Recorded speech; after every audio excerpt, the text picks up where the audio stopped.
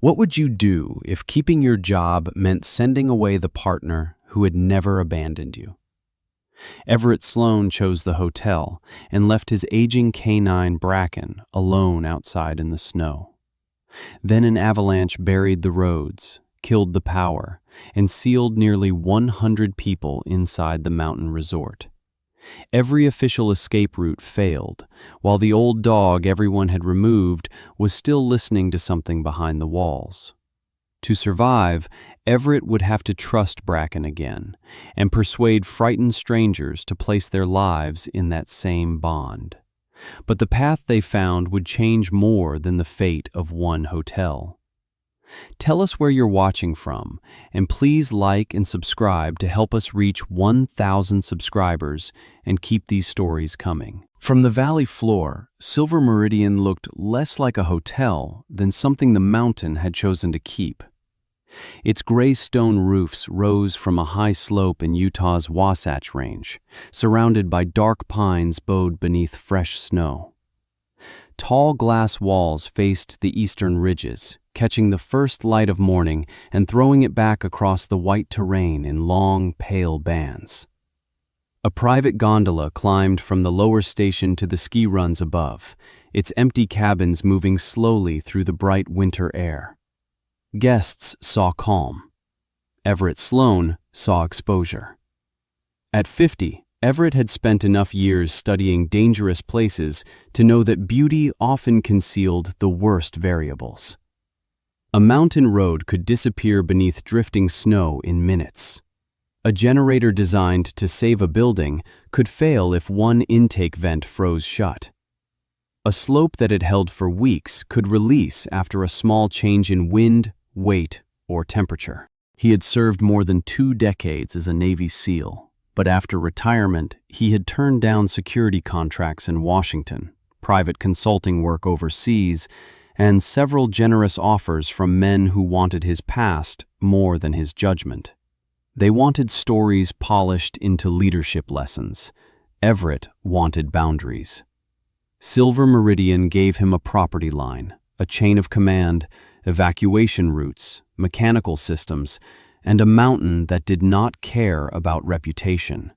For nearly 2 years, he had served as the hotel's director of security, responsible for emergency planning, exterior patrols, access control, rescue coordination, and the unpleasant questions people preferred to ignore until the answers became urgent. He began each workday before sunrise. Bracken began it with him. The 9-year-old German Shepherd moved through the employee corridor at Everett's left side, wearing a dark navy harness marked Retired K9, Security. His coat was black over the back and rich honey gold along the chest and legs. Silver had begun to gather around his muzzle, and the black mask on the left side of his face descended slightly lower than the right. A small V-shaped notch marked the edge of his right ear. His left rear leg was slower in the cold. Not weak, Everett told himself. Slower. There was a difference, even if the difference had become harder to defend. Bracken was not the hotel mascot. He did not roam the lobby, greet visitors, or pose beside the fireplace for photographs. His access was limited to security offices, mechanical areas, employee corridors, and outdoor patrol routes. He ignored strangers unless instructed otherwise and rarely made noise without reason. The long-serving staff treated him less like a pet than a quiet coworker. Rosa Delgado, head of housekeeping, left fresh water near the employee break room each morning. She claimed it was part of her department's hospitality standards, though no written standard mentioned dogs. Dorian Pike, the hotel's chief engineer, sometimes spoke to Bracken while working on pumps or boiler valves, then denied doing so when anyone noticed. Bracken had one habit Everett never discussed.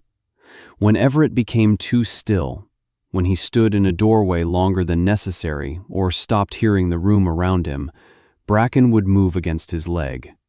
No whining, no pawing, just the steady pressure of a shoulder against Everett's shin until the present returned. That morning, the present was unusually bright.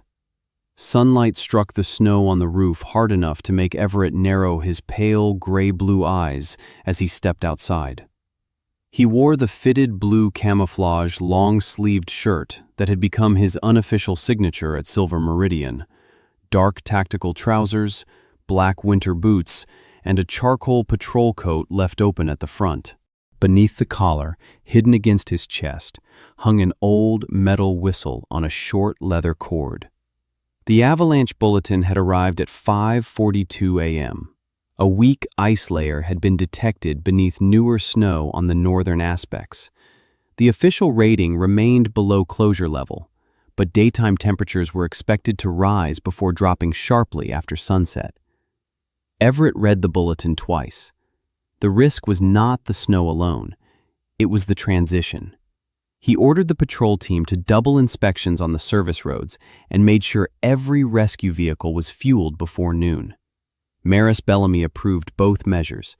She stood across from him in the operations office, immaculate despite the early hour, her dark hair twisted into a low bun with silver visible at both temples. At 47, Maris carried authority without raising her voice. Her charcoal suit, rectangular silver watch, and leather-covered tablet seemed less like accessories than extensions of her thinking. "Anything that affects guests?" she asked. "Not yet." "Then we proceed." Maris trusted Everett's discipline. She did not always trust the instinct beneath it.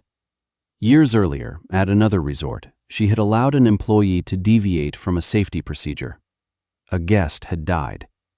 Since then, Maris had built her professional life around documentation, approval chains, and the belief that rules existed because memory and confidence were unreliable. Everett respected that. He also knew plans became dangerous when people mistook them for reality. "What happens when the plan stops matching the conditions?" he had asked her once. Maris had answered, "Who accepts responsibility if we abandon it too early?" Neither had forgotten the exchange. Neither had won it. Silver Meridian was preparing for the most important weekend in its recent history. Nearly 70 adult guests were expected for the winter conference of the Northreach Foundation. Investors, physicians, aviation specialists, veterans advocates, and leaders in the growing field of therapeutic hospitality. At the final dinner, Northreach Chair Lenora Price was expected to announce whether the foundation would finance Silver Meridian's expansion. The hotel needed the money. Years of ambitious renovation had left the business carrying debt through 2 weak winter seasons. Without the Northreach agreement, owner Gideon Voss might have to close the western wing and eliminate dozens of jobs before spring. Gideon respected Everett. His late father had served in the Marine Corps, and Gideon had personally approved Bracken's presence in secured staff areas. But the conference insurer had imposed strict restrictions. No large animals could enter the main reception spaces, conference rooms, or designated VIP routes unless registered as service animals assigned to individual guests. Bracken was a retired military canine. He was not a civilian service dog. In previous events, that distinction had caused little trouble. This time, the entire east floor had been converted into a guest access zone, cutting across Bracken's normal patrol path and forcing Everett to choose between long exterior detours or incoming interior checks. He proposed a temporary staff corridor. Maris said the insurer would have to approve any late modification to the access map. Everett folded the diagram, wrote the request down, and submitted it. He had learned that in civilian systems, even urgency needed a paper trail. Later that morning, he and Bracken descended to the old service level beneath the west wing. The corridor belonged to an earlier version of Silver Meridian, when the property had been a mining lodge rather than a luxury hotel. Its ceiling was low, the heating weak, and the wooden wall panels concealed original stonework beneath. Everett's breath showed faintly as they walked. Bracken slowed near the end wall. Everett stopped with him. The dog lowered his nose to the floor, moved several steps left, then pressed the side of his head close to the baseboard. His right ear lifted. After a moment, he scratched the wooden floor once. Not repeatedly, once. Dorian Pike looked up from a water valve. "Same spot again?" Everett turned. "Again?" Dorian pushed back his brown-red hair beneath his knit cap. His compact build and scarred hands made him look more like a mechanic than a department head, which suited him. "He stopped there twice last month," Dorian said. "Figured he heard water in an old pipe." Everett removed one glove and held his fingers near the seam beneath the wall. A thread of cold air touched his skin. It carried the smell of damp stone and old earth. Not ventilation, not a plumbing draft, something deeper. Bracken looked up at him. For one quiet second, the corridor seemed to narrow around them. Everett felt the familiar temptation to trust the signal before anyone else could explain it away. Then Bracken leaned his shoulder against Everett's leg. The contact was gentle, almost ordinary. Everett realized his breathing had changed. He placed one hand against the dog's neck until it settled. Dorian watched without comment.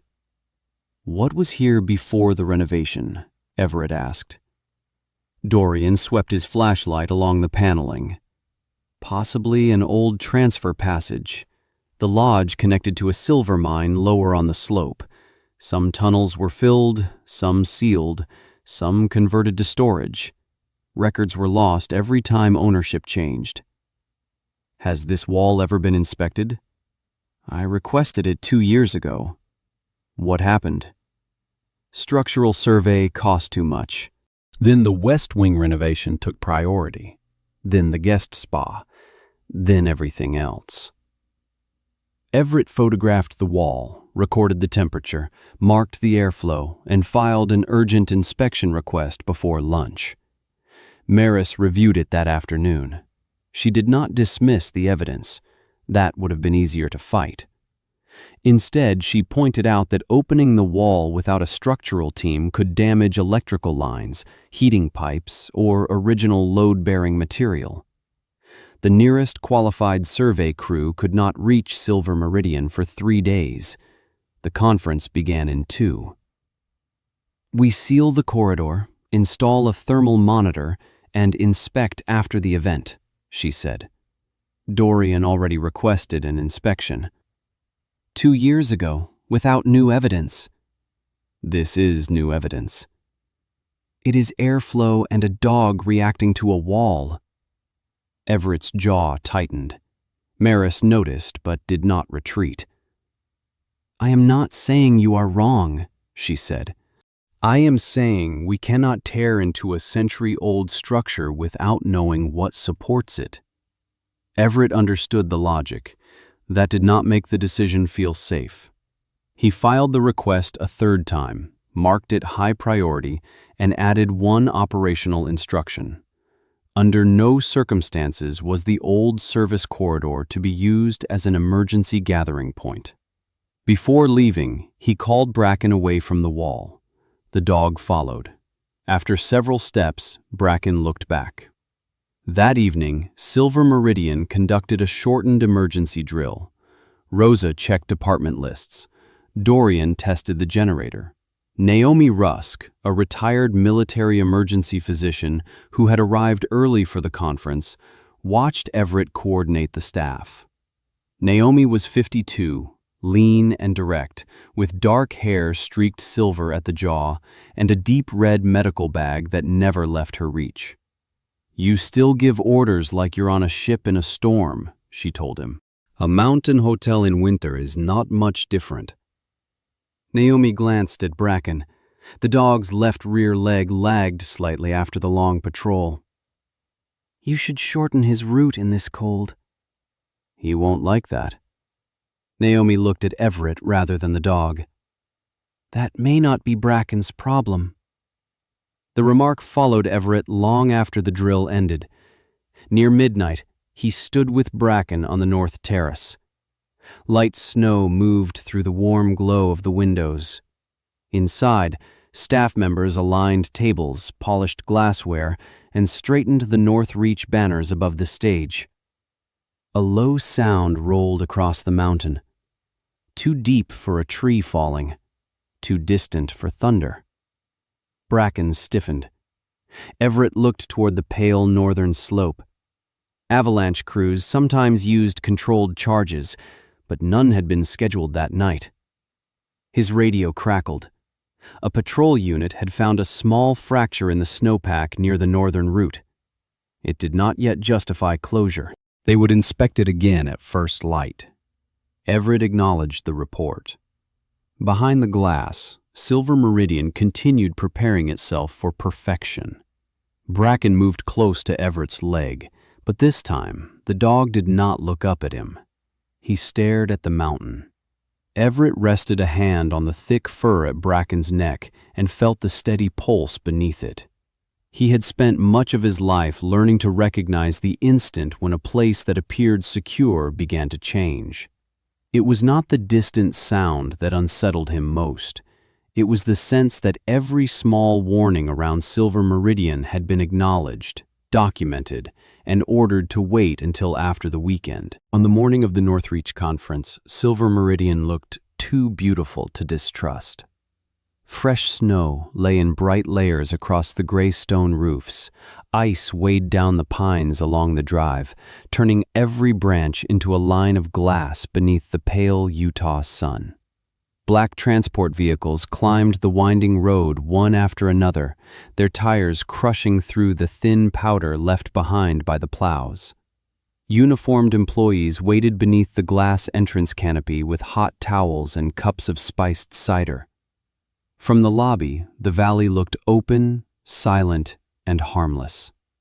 Everett Sloan had learned never to trust a place merely because it was beautiful in daylight.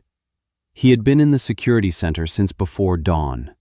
3 monitors glowed over the desk beside a topographic map, the conference guest list, and the latest avalanche bulletin. The report had been issued at 5:40 a.m. Nearly 8 inches of new snow had fallen across the northern slopes overnight. High winds had pushed the accumulation into uneven slabs along the upper ridges. The official danger level remained below mandatory closure, but one sentence at the bottom of the bulletin held Everett's attention. Snowpack stability may deteriorate rapidly if midday temperatures exceed the current forecast. He marked the line in pencil. Bracken lay on the rubber mat near the office door, chin resting between his front paws. The dog was not asleep. Each burst of static from the radio turned one ear toward the desk. Each set of footsteps beyond the door drew a small movement from his eyes. Everett had shortened Bracken's morning route after Naomi's warning the night before. The dog had not resisted. But when they returned, his left rear leg remained stiff for the first several steps. Everett opened a cabinet and took out the anti-inflammatory medication prescribed by Bracken's veterinarian. He studied the label, then returned the bottle to the shelf. The medication could hide pain well enough to make the dog work beyond what his body should tolerate. Everett understood the principle. What troubled him was how often he had relied on Bracken's willingness to endure as proof that the work should continue. A knock sounded against the open door. Maris Bellamy entered with her tablet tucked beneath one arm. She wore a charcoal suit under a long, dark coat, her black hair secured in its usual low knot, silver visible at both temples. She had been awake nearly as long as Everett, yet she still appeared composed enough to chair a board meeting. "The southern road has been cleared," she said. "Northreach's final transport should arrive before 10. The event insurer sent its inspector early." Everett handed her the bulletin. Maris read the marked sentence. "The county has not raised the danger level." "Not yet." "What are you recommending?" "Close the northern ski route. Stop all uphill guest traffic after 2. Move the rescue vehicles below the upper access road before the temperature drops. Maris studied the map. Closing the northern route on opening day will anger a third of the guests. Complaints are not a safety threat.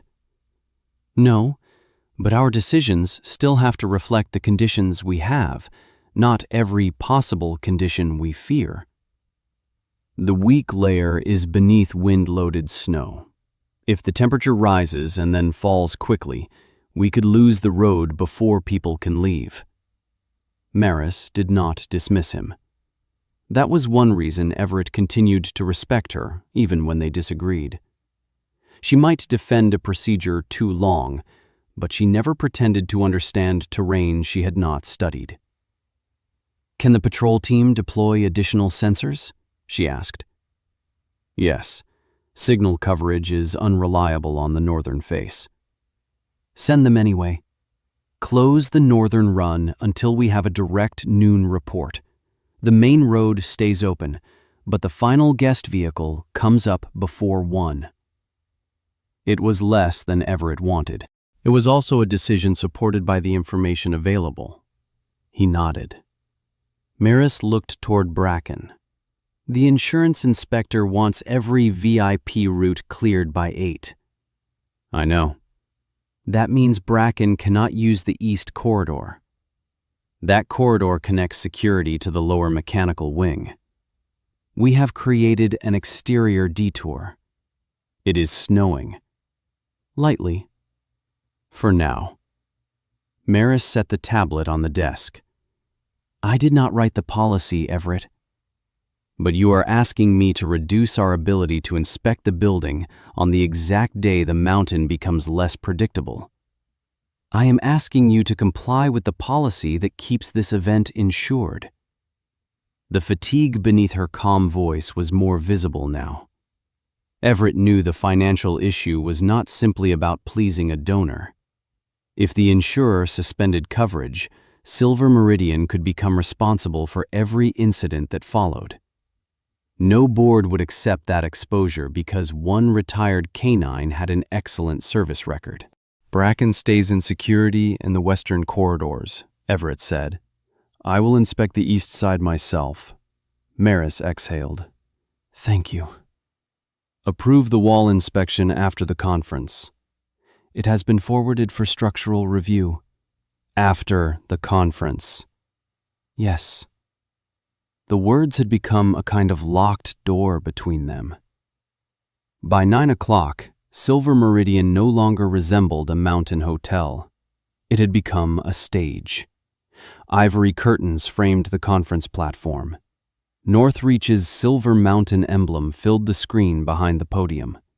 Staff adjusted lights, polished glassware, and guided arriving guests through a lobby designed to make effort invisible. Gideon Voss moved among them in a navy suit, shaking hands and checking table arrangements himself. At 58, he still carried a broad, sturdy frame, though months of financial pressure had carved fatigue around his hazel eyes. A small Marine Corps pin rested on his lapel, inherited from his father. He found Everett testing a mechanical lock beside the main conference room. "You close the north run," Gideon said, "until patrol confirms the snowpack." "Maris told me." "You disagree?"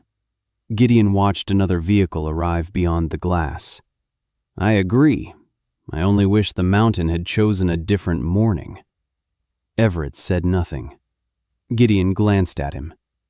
"You think I am placing money above safety?" "I think you are trying to protect 300 jobs." The answer caught Gideon off guard. Silver Meridian's debt had grown through 2 weak seasons and an expansion that had cost more than projected. Without Northreach, the West Wing could close before spring. At least 70 employees would lose their positions. "My father used to say, command rarely means choosing between right and wrong," Gideon said. "Usually it means choosing between 2 things that will keep you awake." He was right. But If financial consequences begin determining which risks you call acceptable, eventually you stop knowing what you are protecting. Gideon absorbed the words without anger. I have not ignored your reports. Not yet. The silence between them sharpened. Lenora arrives in 20 minutes, Gideon said. Help Maris get us through the morning. He turned away, then paused. How is Bracken? His rear leg is stiff. Maybe he should rest today. Everett looked toward the security corridor. Maybe. Neither man believed he was ready to make that choice. Lenora Price arrived at 9:27. There was no extravagant motorcade, only 2 SUVs, an assistant, legal counsel, and Martin Shaw, the event insurer's senior risk assessor.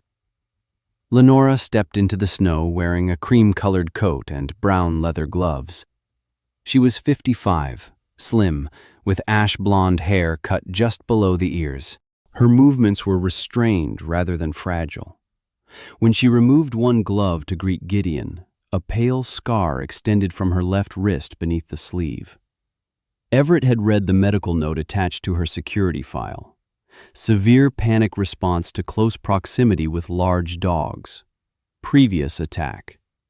Nothing else. He did not need more to understand that the condition was not a preference. Lenora entered the lobby and studied the exits, directional signs, and security personnel before looking at the decorations. Everett noticed. She too examined escape routes before beauty. It made him less inclined to view her as an obstacle. Martin Shaw began his inspection soon afterward. He was a gray-haired man in his 50s with a thick binder and a voice that remained level regardless of the subject. He asked Everett for Bracken's vaccination records and service history. He showed no dislike of the dog. Then he opened the policy to a highlighted paragraph. The temporary VIP zone now includes the East Corridor, Martin said. From 8 in the morning until 11 at night, retired canines may not enter that area. Bracken does not approach guests. The condition concerns presence, not behavior. What happens in an emergency? Once an emergency is formally declared, you may use any appropriate resource. Everett looked at Maris. So after something goes wrong, I can use Bracken. Before something goes wrong, I cannot use him to identify what might prevent it. Martin closed the binder. I did not say the policy was perfect. But you will enforce it. That is my responsibility. Everett almost laughed.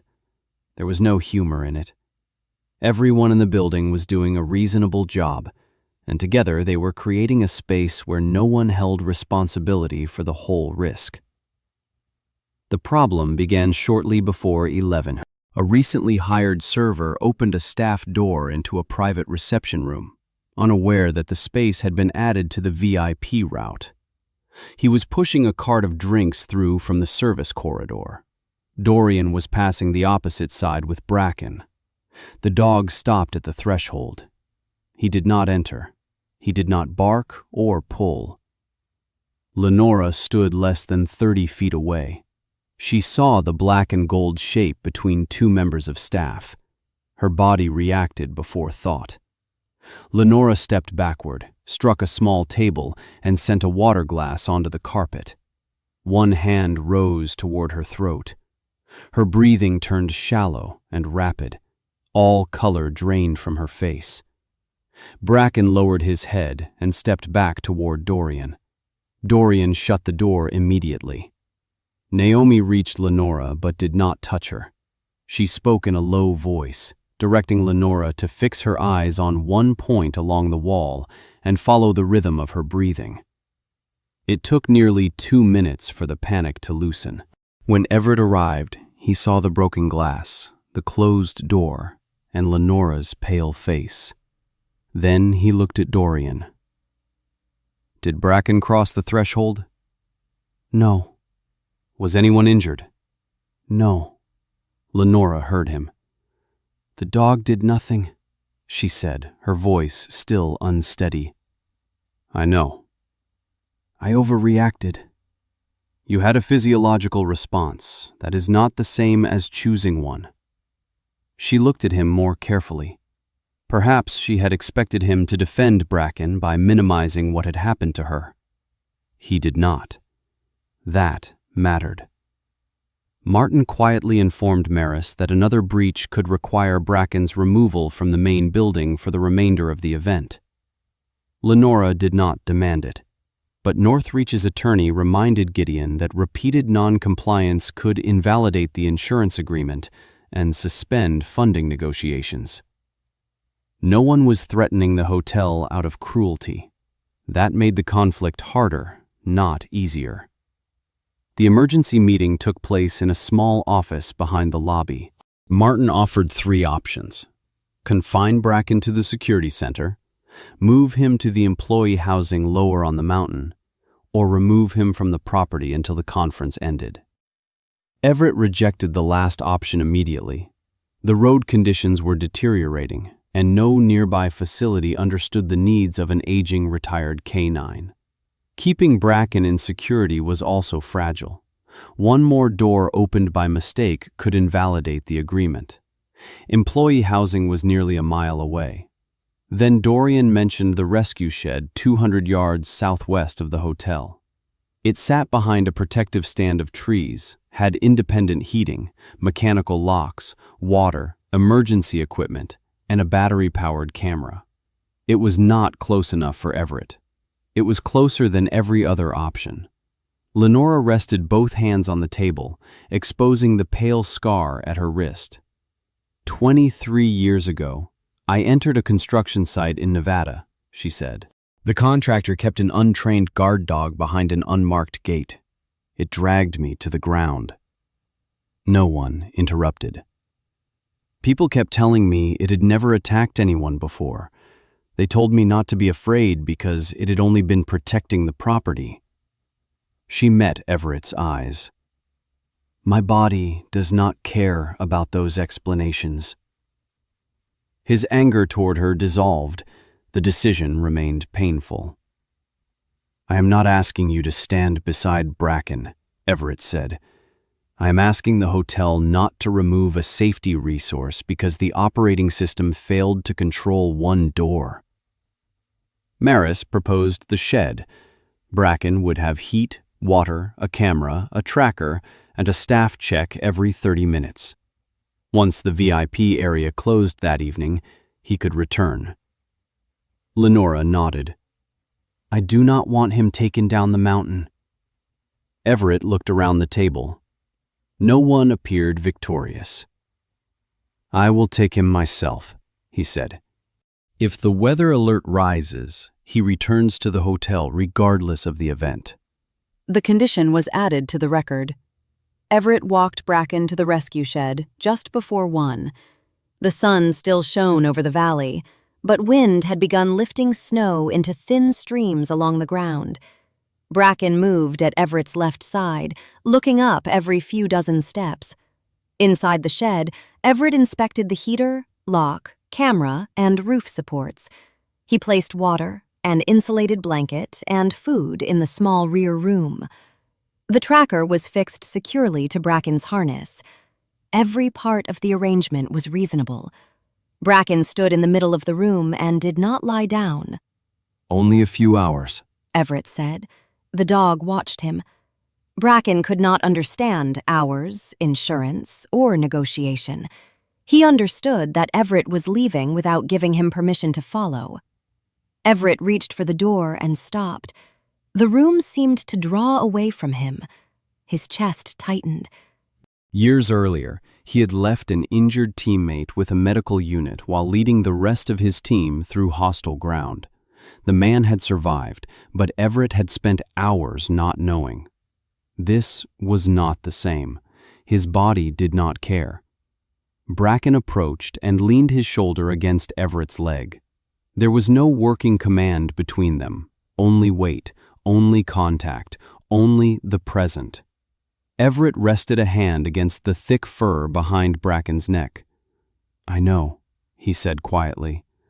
I do not like it either. His breathing slowed, then he straightened. Stay. Bracken sat immediately. The obedience hurt more than resistance would have. Everett stepped outside and closed the door. Through the small window, Bracken remained seated, ears directed toward him. Everett told himself the shed was safe. The camera worked. He was only 200 yards away. Dozens of people inside the hotel depended on him doing his job. All of that was true. It still felt like he had chosen employment over the one companion who had never asked him to make such a choice. When Everett returned, the lobby was full. Music drifted beside the fireplace. Glasses rose beneath warm light. Beyond the windows, snow looked like part of the event design. Rosa met him near the staff corridor. Is Bracken all right? Yes. She studied his face. I will check him at 1:30. Tyler is assigned. Tyler has worked here 3 weeks. He knows the procedure. Bracken does not know Tyler. Everett looked at her. My procedure, Rosa said, is to bring warm water and confirm the dog is actually all right. Everett nearly smiled. No biscuits. I promise nothing. At the end of the corridor, Dorian approached with a radio. 2 northern sensors are offline. Battery failure? Maybe. The patrol team says the temperature is running 2 degrees above forecast. Everett checked the time. 1:17 p.m. He contacted the Ridge team. They reported wind-loaded snow and a fracture line longer than the one observed the previous night, though no movement had begun. Withdraw if you hear hollow settling or feel vibration, Everett said. Report in 10 minutes. Dorian watched him. Do you want to stop the event? Not without more data. The moment the words left him, Everett heard Maris in them. He could not decide whether that was evidence of balance or compromise. The opening program began at 2. Gideon spoke about mountain communities, recovery, and Silver Meridian's future as a therapeutic retreat. Lenora sat in the front row. Naomi remained nearby without hovering. Across the aisle sat Dr. Elias Mercer, a 53-year-old trauma physician from Oregon and an advisor to Northreach. Tall and spare, with silver-threaded dark hair and thin black glasses, Elias had remarked over lunch that hiring a former SEAL as hotel security sounded more like branding than necessity. Naomi had replied, "Let us hope you never get to test that theory." Everett stood at the back of the room, monitoring the exits, the glass ceiling, and the live camera feed from the rescue shed. Bracken lay near the door inside. Rosa sat on a storage crate, one hand resting behind his ear. Then Bracken raised his head. Rosa looked toward the roof. Fine snow sifted from one of the beams. Everett's radio came alive. Ridge team to control. We are withdrawing. We heard cracking above us. No major release yet, but the ground is changing. Everett left the room. Maris followed him. What do you recommend? Stop uphill traffic. Cancel all exterior activity. Check the generator and intake vents. Prepare to move guests away from the glass. Moving them now may cause panic. I said prepare. She nodded. I will shorten the program. Then she stopped him. Bracken is still in the shed? Yes.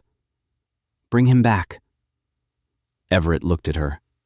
Before he could answer, Martin stepped into the corridor. The restriction remains in effect, he said. No emergency has been formally declared. Maris's jaw tightened. The patrol team just reported unstable snow. Instability is not the same as an emergency. Everett no longer had patience for another circular argument. I will bring Bracken to the west service entrance. He will remain outside the VIP zone. Maris made the decision. Approved. Everett turned toward the service corridor. His phone vibrated. The camera feed went black. Connection lost. "Dorian," Everett said into the radio. "Check the rescue shed camera." Static answered. Then a low sound moved through the mountain. It was not thunder. It was not a controlled blast. It continued too long and carried too much weight, as though the entire northern slope had taken one deep breath. The glasses inside the conference room trembled. Everett felt a faint movement beneath his boots. The lights flickered once, then again. On his phone, Bracken's tracker remained active. The small point of light had not moved from the shed. Everett ran toward the service corridor. Behind him, Gideon remained on the stage, trying to keep his voice steady. Maris began directing staff away from the north windows. Naomi rose from her chair. Elias looked toward the ceiling, his earlier skepticism gone. Outside, beneath winter sunlight still shining across the upper ridges, a massive white fracture began to separate from the northern slope. No one inside the lobby could see it, but Bracken had already risen in the darkened rescue shed before the first vibration reached the hotel. Everett had not reached the end of the service corridor when the second roar struck Silver Meridian. This time, there was nothing distant or uncertain about it. The sound rolled through the structure like thousands of tons of stone being dragged beneath the foundation. The floor shifted under Everett's boots. Ceiling fixtures swung hard enough to strike their housings. A metal service cart broke loose, slammed into the wall, and tipped across the passage. Everett caught the handrail as the power failed. Darkness swallowed the west wing. A second later, emergency strips flickered on along the baseboards, filling the corridor with a weak red glow. It was not enough to reveal faces. It only turned doors, furniture, and moving bodies into distorted shapes. Behind Everett, glass shattered in the conference hall. People screamed. His first instinct was to keep moving toward the rescue shed. Bracken's tracker was still active on his phone. The signal had not moved. Then another instinct stopped him. Nearly 70 guests and dozens of employees were inside the main building. Everett was the only person who knew the emergency maps, the mechanical access points, the communications plan, and the full chain of command. If he left now, Silver Meridian would lose its coordinator at the exact moment coordination mattered most. His hand tightened around the phone. The tracker remained motionless. Everett turned back toward the conference hall. He hated the decision before he finished making it. The lobby had changed beyond recognition. The decorative lights were gone. Phone flashlights moved through the darkness in nervous arcs. The north-facing glass shuddered under the pressure wave from the avalanche. Some guests stood frozen between rows of chairs. Others pushed toward the main doors. Maris Bellamy reached the entrance before them. "Do not open that door!" Two employees stopped with their hands on the release bar. Something heavy struck outside. Snow and branches slammed into the glass. The lower half of the doors vanished behind packed white debris. Everett climbed onto the lowest step of the stage and raised his tactical light toward the ceiling, using the reflected beam rather than blinding the room. "Nobody leaves the hall," he called. "Stay where you are. Staff, turn on your lights and check the person beside you." His voice did not overpower the panic by volume. It cut through because it had structure. Naomi Rusk was already kneeling beside a guest with a cut across his forehead. She pressed a folded tablecloth against the wound and motioned Elias Mercer closer. The skepticism Elias had carried into the conference was gone. He stripped off his blazer, rolled up his sleeves, and checked the injured man's pupils under a phone light. "Superficial cut," he said. "No obvious head trauma." "Set up medical in the south corner," Naomi told him. "Away from the glass." Elias moved immediately. Across the room, Rosa Delgado gathered housekeeping employees by name, asking each person who they had last seen and where. Gideon Voss was helping lift a fallen table from a guest's ankle, his navy suit torn at one lapel and the marine pin on his chest hanging crooked. Dorian Pike emerged from the mechanical corridor with dried blood beginning to mark his forehead. "The generator ran for 6 seconds and shut down," he told Everett. "North intake is probably buried. The safety system cut it before exhaust could backflow into the building.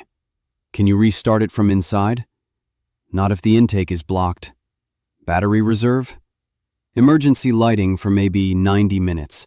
Control panels and internal radios longer if I kill everything non-essential." "Do it." Dorian turned, but Everett caught his arm. "Who was below when the power failed?" "3 of us. 2 came back with me. Leon was checking the heat pump." "Radio contact?" Dorian shook his head. The missing names began multiplying in Everett's mind. Leon below. Bracken outside. The Ridge Patrol somewhere above the hotel. Any vehicles that might have been on the access road when the slope released. He forced himself to stop building the entire list at once. Only the next action. "Rosa." She came over with the paper roster in one hand. "Divide everyone into 4 sections. Guests stay in the conference area. Department heads account for staff. No elevators. No one moves alone."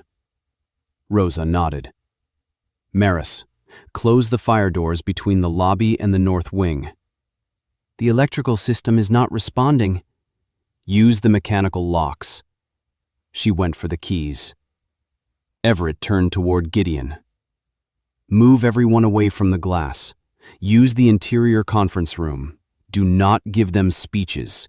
Tell them exactly what to do." For 1 second, Gideon looked at Everett as the owner of the building receiving orders from an employee. Then the hesitation disappeared. He turned and began moving people row by row. In a crisis, Everett thought, title mattered less than the ability to recognize who should lead.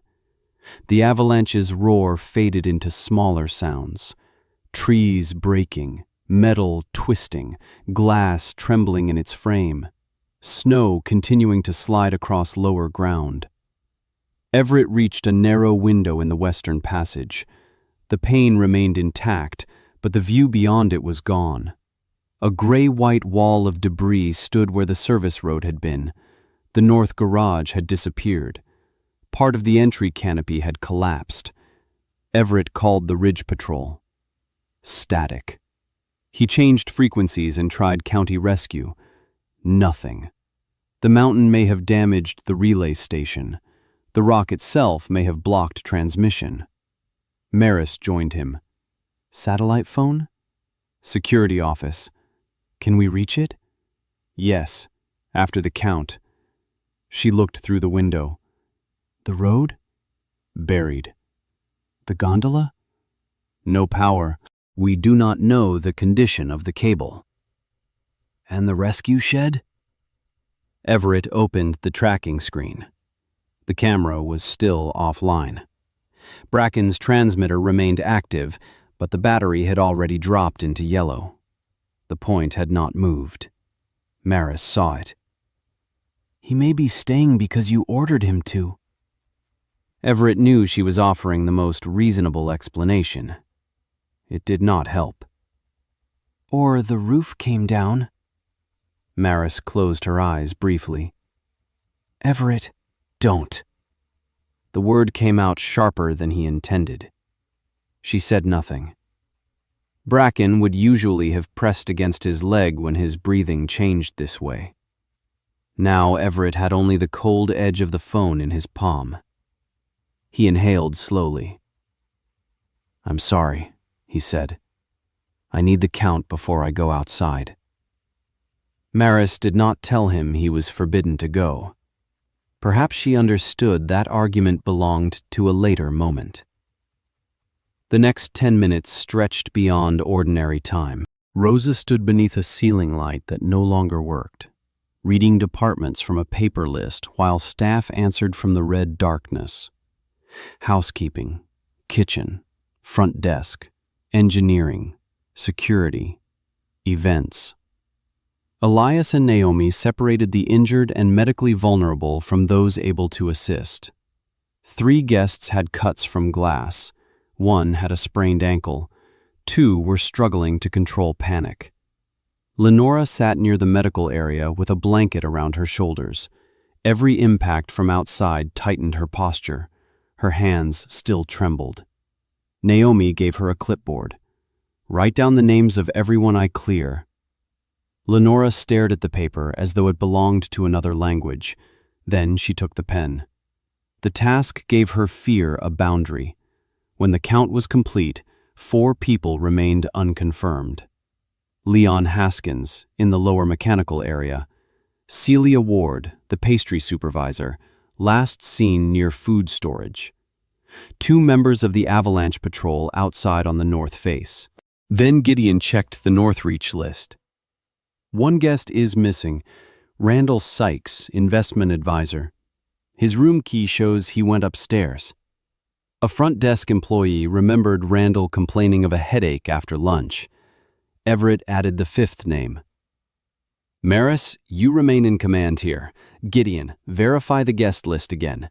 Naomi and Elias keep medical. Rosa controls staff movement and winter gear." Maris looked at him. "And you?" "Dorian and I get the satellite phone. Find Leon, then check Randall." "Not alone." "Dorian knows the lower systems." Dorian picked up his tool bag. "I'm going." Maris stepped closer to Everett. "And after that, you are going to the shed." He did not answer. "Everett, after I know the condition of the building." "That is not an answer. It is the only one I can give you." Maris faced a decision no procedure had prepared for. If she forbade him, she risked turning operational judgment into a personal contest. If she approved, she allowed her security director to enter unknown avalanche debris. "Check the exit first," she said. "If the western route is unstable, you come back." Everett nodded. It was not permission. It was not a useless prohibition either. The security office was only 2 corridors away, but broken furniture, darkness, and ice from a burst pipe made the distance dangerous. Everett led with a flashlight. Dorian followed, testing doors and ceilings before they passed. They found Leon beneath a fallen equipment cabinet in the mechanical level. His left leg was trapped, but there was no obvious deformity. Everett lifted the frame with a pry bar while Dorian pulled him free. Leon could not bear weight. They carried him back between them and transferred him to Naomi's team. The security office door had warped in its frame. Everett forced it open with his shoulder. Several monitors still ran on reserve power, their black and white feeds broken by static. The rescue shed camera remained dead. Everett collected the satellite phone, spare radios, batteries, flares, a safety line, and paper maps. Dorian checked the building controls. Residual heat may hold for 2 hours before the outer wings drop fast. Passive ventilation is still functioning, but if the north exhaust is buried, carbon dioxide will climb with everyone concentrated in one room. "How long do the sensors last?" "Maybe 3 hours?" Everett tried the satellite phone. No connection. "We need open sky," Dorian said. "Beyond the roof and tree cover." The west service door led toward the shed. Everett looked at the map. "Randall first." Dorian watched him. "And Bracken?" Everett met his eyes. "I need to know the order." "Randall is inside the structure and under our direct responsibility. Then the shed." The words felt like pressure against his ribs. They were still the correct words. Randall lay on the floor beside his bed, one hand pressed to his chest. He was conscious, pale, and sweating heavily. Everett found a prescribed bottle of nitroglycerin in his coat and contacted Naomi by radio before administering anything. Randall confirmed the pain resembled previous angina episodes and that his physician had instructed him to use the medication. Under Naomi's direction, Everett helped him take 1 dose. His breathing improved slightly, but he could not walk. Everett and Dorian built a temporary stretcher from a bedsheet and 2 curtain rods. While carrying Randall down, the building trembled again. Snow blew through a cracked stairwell window. Dorian looked upward. The mountain is not finished. No. They reached the medical station. Elias prepared oxygen while Naomi reassessed Randall. A nearby guest heard Everett report that rescue communications had failed. "Are we trapped?" the man asked. Everett turned toward the room. "At this moment, every known exit is blocked or unconfirmed." Silence spread quickly. "We are still evaluating other routes." He did not soften the truth. Lenora looked at him from beside the medical table. She seemed to understand that he was not offering comfort. He was offering a process. The west service door could open only 12 inches before striking packed snow. Everett slid a probe camera through the gap. The former service path was nearly erased. Snow stood waist to chest deep beyond the building. Several trees had snapped. The rescue shed was hidden behind terrain and blowing powder. Dorian studied Bracken's tracker. Battery, 63%. He is still there. Everett attached a safety line to his harness. Dorian stepped in front of him. "You cannot probe the route and belay yourself. I am not sending anyone else into an unassessed zone. But you will send yourself. Move. This is what you do, isn't it? Enter the danger so no one else has to." Everett's anger rose because the accusation was accurate. "He is out there because of my order." "No. He is there because all of us made a decision using the information we had. I told him to stay. And if he is as disciplined as you say, he may be doing exactly that." Everett stared through the narrow opening at the snow. Maris's voice broke through Dorian's radio. "Return to the conference hall. We have a heating failure and damage at the north fire door." Everett closed his eyes for 1 second. "Understood." He pulled the west door shut. Leaving Bracken the second time hurt more than the first because now he knew the danger was real. The pressure in the north heating loop was falling quickly. A manual isolation valve could preserve heat in the central and southern wings, but it was located on the old service level near the sealed wall. Everett and Dorian reached it after nearly 10 minutes of work and forced the rusted mechanism closed. The system stabilized. As they turned back, Everett felt cold air moving across his hand. It came from the seam beneath the old wall, stronger than before. Dorian held a lighter near the gap. The flame bent sharply. "There is airflow." "Not from the hotel." Dorian removed a loose panel. Behind it, several bricks had cracked under the avalanche vibration. Cold air moved through the fracture, carrying the smell of stone and distance. Everett listened. Something hollow lay beyond the wall. Not a sealed room. A longer space. "Old transfer tunnel?" he asked. "Possibly." One historical plan showed a route toward the western storage site. I do not know if it is open. An unverified tunnel was not an exit. Not yet. "We need air monitoring, structural assessment, a safety line, and someone maintaining contact outside."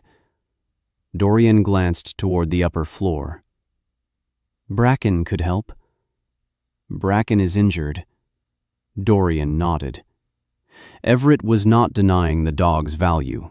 He was refusing to make Bracken the answer to every problem simply because people had run out of easier answers. When they returned to the conference area, the emergency lights were visibly weaker. Maris waited beside a paper map. Everett marked the wall. There is a void behind it. Air is moving from another space, possibly from outside. Lenora looked at the mark. Is it an exit? We do not know. Did Bracken find it? He identified the wall before. Dorian confirmed the airflow.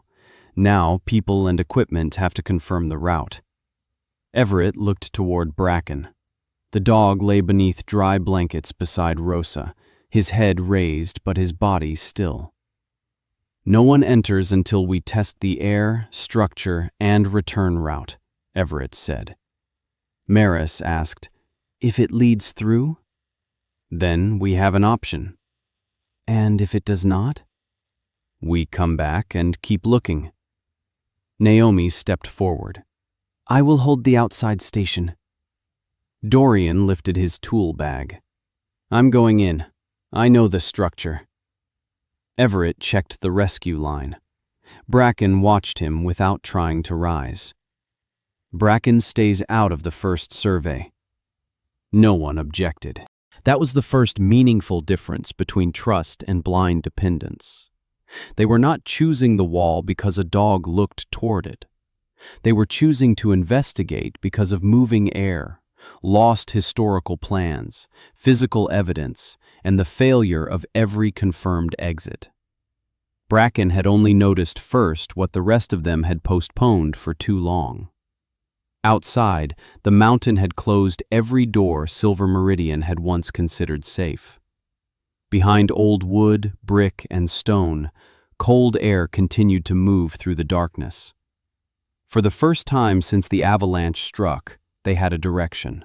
Dorian Pike moved his rubber mallet along the exposed brickwork, striking at measured intervals. Each section answered differently. Near the mechanical door, the wall returned a hard, compact sound. Closer to the fracture Bracken had first noticed, the echo deepened and lingered half a beat longer before vanishing behind the masonry. Everett Sloane watched the confined space meter warm in his gloved hand. Silver Meridian kept the device for boiler rooms, sealed tanks, and mechanical voids, places where air itself could become a threat before anyone saw the danger. Oxygen, carbon monoxide, hydrogen sulfide, combustible gases. The figures stabilized. Air on this side is normal, Dorian said. That tells us nothing about the cavity. Naomi Rusk had established a control point at the entrance to the old service corridor. She anchored the rescue line around a structural column, tested the radio channel, and wrote the start time in her notebook. Rosa Delgado stood beside her with the names of everyone authorized to enter the level. No guests were allowed near the wall. Mattis had ordered the fire doors closed at both ends of the corridor, conserving heat and keeping curiosity from becoming interference. Gideon and Elias remained in the conference area to manage information and medical needs. Everett did not want the hotel watching them break through an old wall and deciding that hope had already become an exit. Premature hope could move a crowd as dangerously as panic. Dorian removed 2 more wooden panels. The masonry behind them was rough and uneven, patched with bricks from several periods. The darkest blocks were older than the hotel's modern wings. Mining-era work, Dorian said. This section does not appear to carry the main load. We should be able to open a crawl space without disturbing the structure above. Should. Dorian glanced at him and nodded. No conclusion was allowed to outrun the evidence. They drilled 4 narrow holes around the existing fracture. Dust coated Dorian's hair and beard as he pushed a probe camera through the first opening. The image jumped across the small screen, then steadied. A stone floor lay beyond the wall. Rusted rails ran west through a narrow tunnel supported by heavy timber frames. The passage sloped slightly downward. No standing water, no recent collapse near the opening. A thin line of dust moved across the floor. Airflow. Naomi leaned closer to the screen. Outside air or another chamber? Unknown, Dorian said, but it is moving. Everett attached a flexible sampling tube to the gas meter and fed it through the hole. They waited a full minute. Oxygen remained within a safe range. No dangerous gas registered. Dorian exhaled. The first section probably will not kill us. Naomi looked at him. That is not an acceptable medical summary. It is an honest engineering summary. Everett gave the signal to open the wall. They removed the bricks slowly, stacking each one rather than letting debris fall into the hidden passage. After 15 minutes, the opening was large enough for a man to pass through while crouched. Cold air spilled into the corridor. It smelled of damp rock, old wood, and oxidized metal. Not fresh soil, not an active collapse. Everett shone his light through the gap. The beam reached only 20 yards before darkness consumed it. Some overhead beams remained intact. Others carried long cracks. An old cable sagged along one wall, perhaps once used for lamps or signaling carts. Dorian unfolded a damaged copy of a historical plan. The paper showed a broken route extending from the former mining lodge toward a western transfer storehouse. The lower half of the original map had been torn away years ago. If the scale is accurate, Dorian said, the transfer building should be 70 or 80 feet below us and southwest of the hotel. Outside the main avalanche path? Possibly behind a rock shoulder. Possibly. Everett did not need false certainty. He needed a possibility worth testing. Dorian would lead because he understood the structure. Everett would follow with the gas meter, lights, rescue line, and breaching tools. Naomi would maintain time and contact outside. Rosa would control access and prepare the staff if the route proved usable. Their first survey would extend no farther than 100 yards.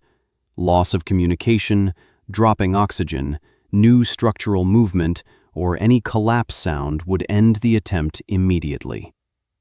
No heroics, Naomi said. Dorian lowered his safety glasses. I work in maintenance. We only become heroes after everyone ignores us. Let's not make today's special, Everett said. He ducked through the opening. The tunnel was nearly 20 degrees colder than the hotel. Fine dust covered the stone floor.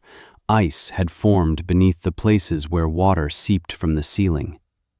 The old rails disappeared under rubble and reappeared farther ahead like broken lines drawn into the dark. Dorian moved slowly, tapping each support beam before stepping beneath it. Everett followed several feet behind, keeping the rescue line clear of the rails and marking the wall with reflective chalk every 20 paces.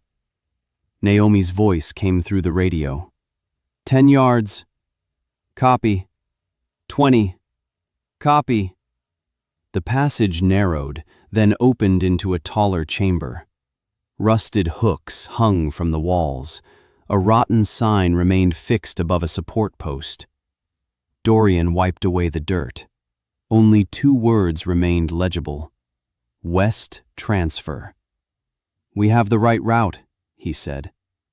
Everett checked the meter. Air remained safe. The current was stronger. That means an opening. Or a shaft into another cavity. We keep testing. At roughly 50 yards, they reached an old collapse. Rock and timber filled most of the tunnel, hardened into place by years of dust and moisture. A narrow gap remained on the right, barely wide enough for one person to crawl through. Dorian examined the debris. Old collapse, no fresh fracture dust. Can we widen it? Not without weakening what is holding the rest in place. Everett contacted Naomi. Constriction at 50 yards. We will check 20 yards beyond and return. 23 minutes since entry, she replied. Dorian crawled through first.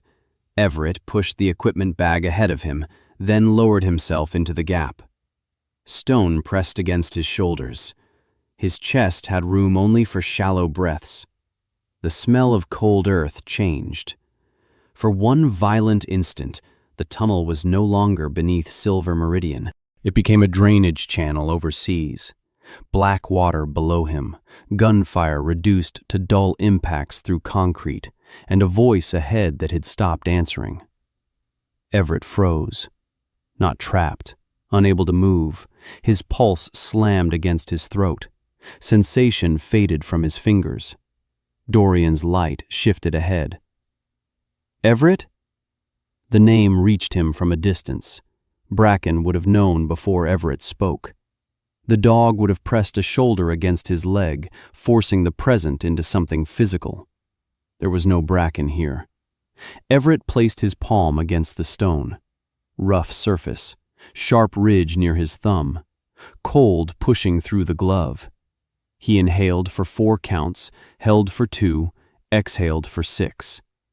Dorian did not tell him to hurry. The line is clear, he said. Nothing has shifted. Everett focused on the light ahead. Keep moving. He pulled himself through the remaining space. On the far side, Dorian offered him a bottle of water without asking what had happened. Everett drank once and reported to Naomi that they were continuing. Dorian's silence was not avoidance. It was respect. That made it harder to dismiss. The tunnel descended more sharply beyond the collapse. A thin stream had frozen along the left wall, creating clear ice across the floor. At the edge of their light stood a steel door. It was thick, heavily corroded, and sealed by a wheel-locking mechanism. A ventilation pipe ran beside it. Everett held his hand near the bottom seam. Air moved through. There is space behind it. Dorian applied penetrating oil and struck the wheel housing with the mallet. The mechanism shifted only a fraction. We need a longer bar, he said. Possibly a metal saw. How long? 20 minutes to return with equipment, 10 or 15 to open it if the mechanism does not fail. Everett checked his watch. They had already exceeded the first survey limit. Mark it. We go back. Dorian stared at the door as though it had insulted his profession. He obeyed. Before leaving, Everett pressed one ear against the steel. A soft, regular sound moved beyond it. Not machinery. Wind against a broad surface, perhaps. Or air circulating through a large chamber.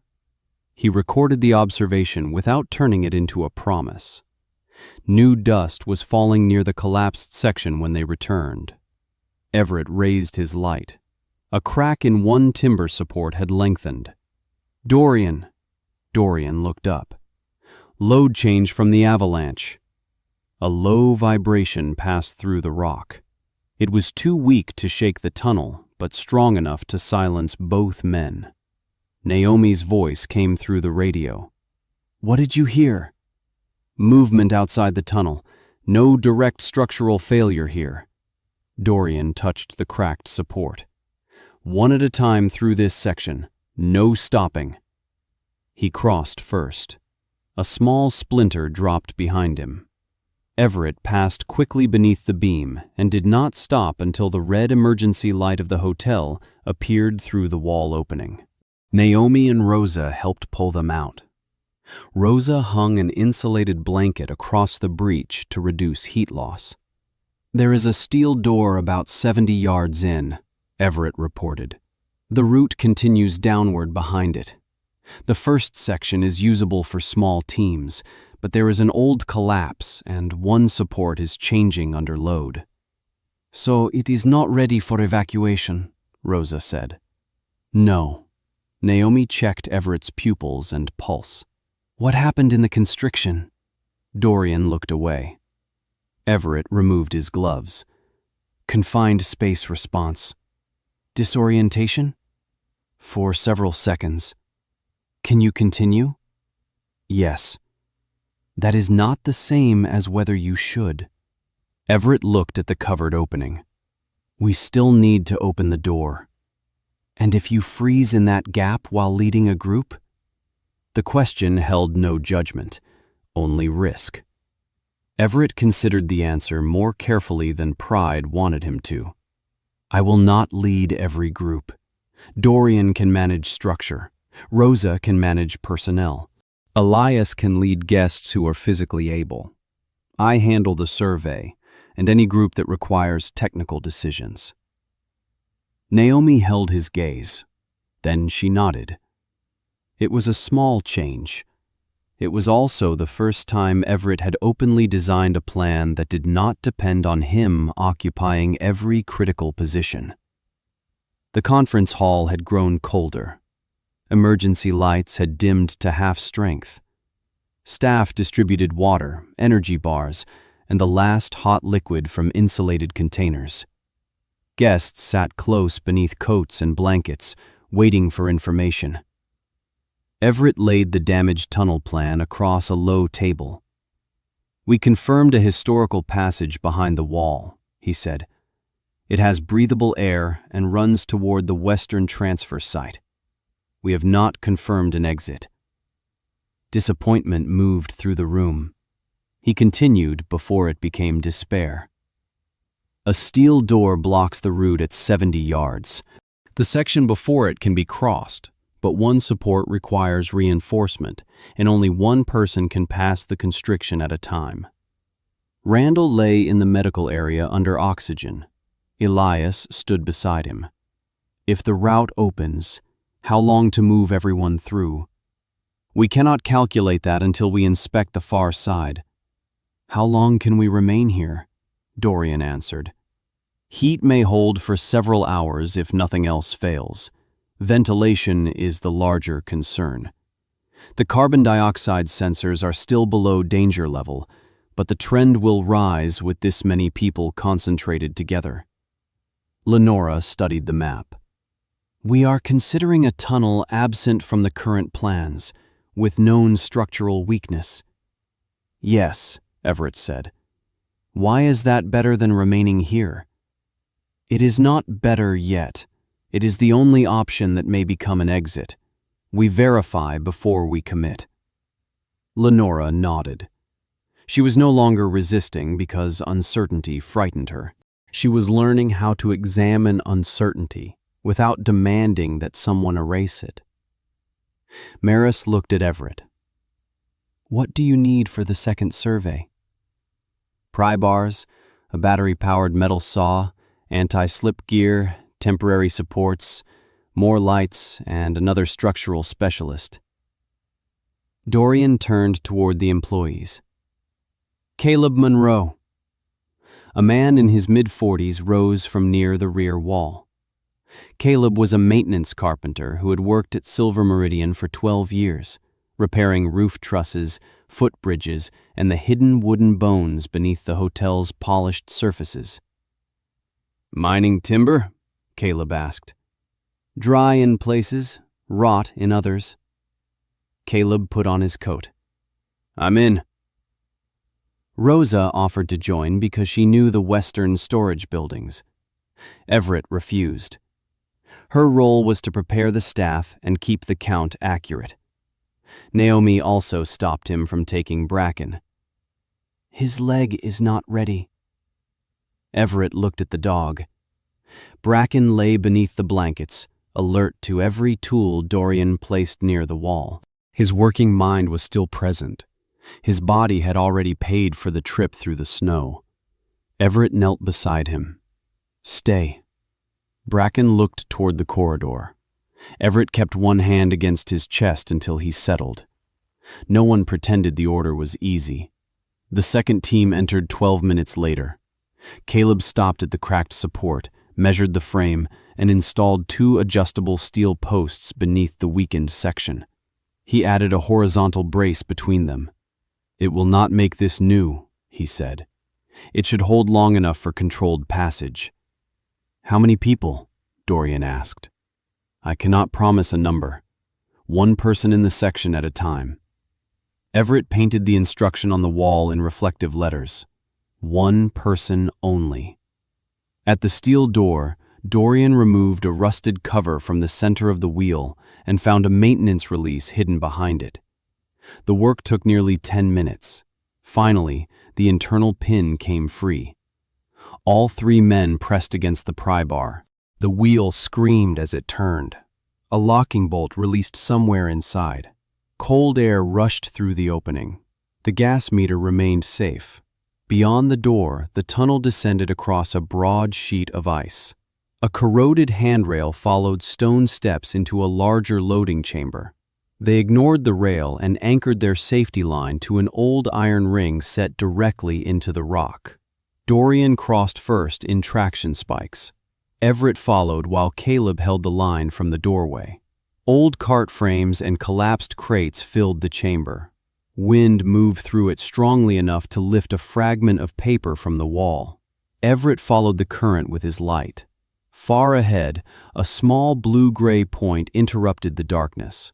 Dorian stopped. Daylight. Or a ventilation break. They continued. The point widened until they reached packed snow sealing the end of the passage. Light entered through several narrow gaps at the top. Everett dug into it with a short shovel. The snow was dense but not frozen solid. A probe camera passed through and returned an image of trees, sloping white ground, and open sky. They had reached the outside. The tracker placed them nearly 400 yards southwest of the hotel, 70 feet lower and behind a broad rock shoulder. Dorian checked the topographic map. "This is outside the main slide path. There may still be secondary loading from the smaller slope. Less than the north face." Everett contacted Naomi. "We have confirmed the western exit. It is blocked by about 3 feet of snow, but we can open it from inside." A pause followed. Then Naomi said, "Confirm that you have visual contact with open sky." "Confirmed." Behind her voice, Everett heard the conference room react, not cheering, but one shared release of breath. "Can a stretcher pass?" she asked. "Not a rigid one. A soft litter might, with 4 people. We still need to widen the opening, secure the ice section, and inspect the route again." "What about Bracken?" Everett looked back into the dark. "Bracken does not need to enter to prove the route exists. We have confirmed it with instruments and position." Naomi understood. "Copy." Everett and Dorian widened the exit until clean, freezing air flowed freely into the tunnel. Outside, the western slope looked remarkably different from the destroyed northern side. Most of the trees remained upright. Farther downhill, the roof of an old maintenance building was visible above the snow.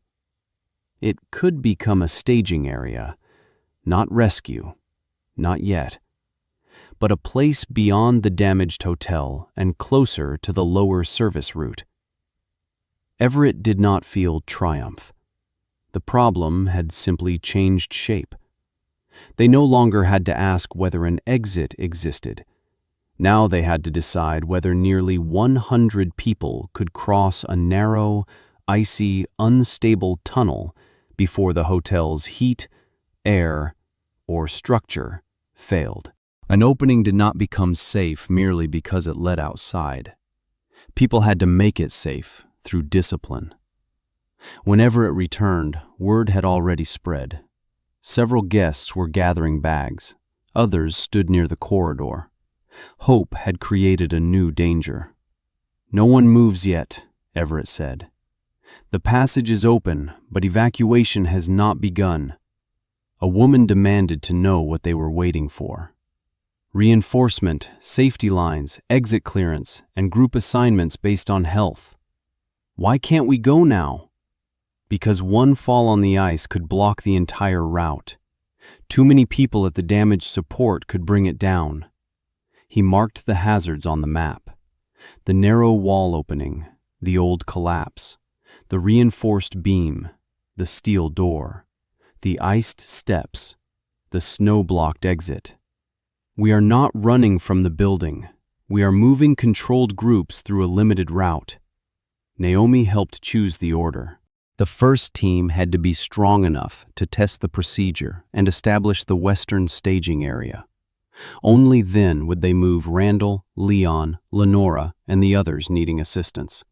Rosa would join the first team because she knew the old maintenance buildings and could organize employees outside.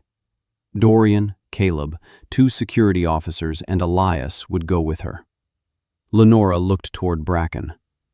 Which group will he be in? Everett studied the gray around the dog's muzzle and the wrapped rear leg. None yet. He stays until we know he can cross the ice without worsening the injury. Bracken raised his head. Everett did not look away. The dog had already done his part. Everett's responsibility now was to avoid turning Bracken's loyalty into permission to demand more. Maris checked the time. How soon does the first group leave? 15 minutes.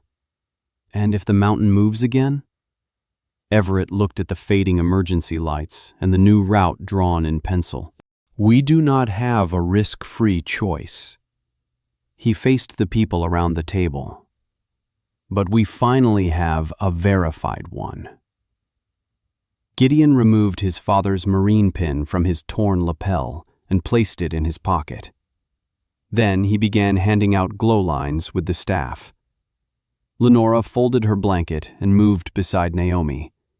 Elias checked Randall's medication. Rosa began calling the first group by name. Everett knelt beside Bracken. The dog rested his muzzle against Everett's wrist.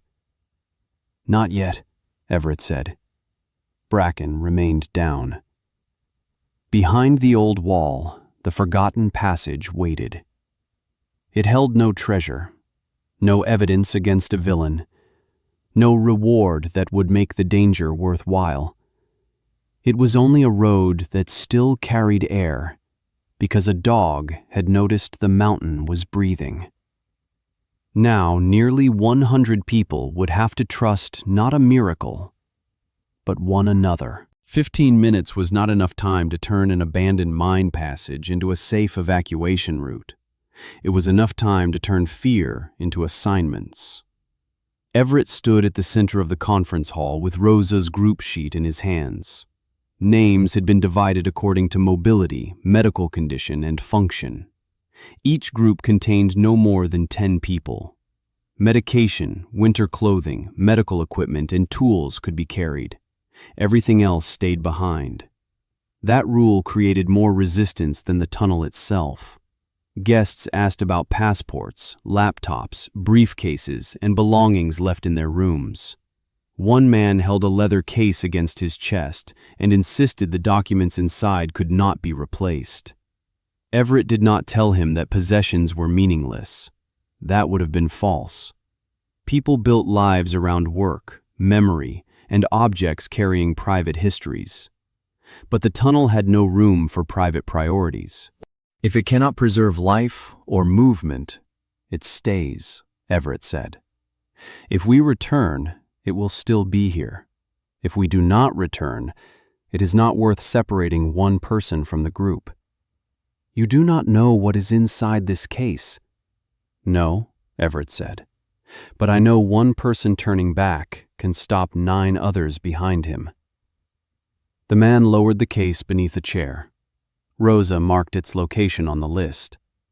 The gesture made leaving it behind feel less like surrender and more like a controlled decision. The first group assembled near the service corridor. Dorian carried the gas meter and tools. Caleb wore a work harness loaded with wedges, fasteners, and 2 compact support posts. Rosa had the personnel roster, mechanical keys, and a radio. 2 security officers joined them. Mason Cole had worked ski rescue before joining Silver Meridian. He was broad through the shoulders, careful with his footing, and rarely spoke before checking what stood above and below him. Tessa Wynn, a former park ranger, had spent years moving frightened hikers through darkness and bad weather. She would take the rear position and make sure no one disappeared between checkpoints.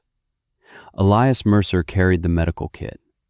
Naomi had wanted to join the first team, but Randall, Leon, and Lenora still needed her inside the hotel. Elias accepted the assignment without complaint. "If the maintenance building is unusable?" he asked. Rosa answered before Everett. "There is a concrete staff room behind it. The rear kitchen door still opens." "You are sure?" "I caught an employee smoking there 3 months ago." It was better evidence than the surviving map. Everett checked every glow marker and headlamp. No passing the leader. No stopping at the constriction. If the front stops, the information moves backward. People do not move forward.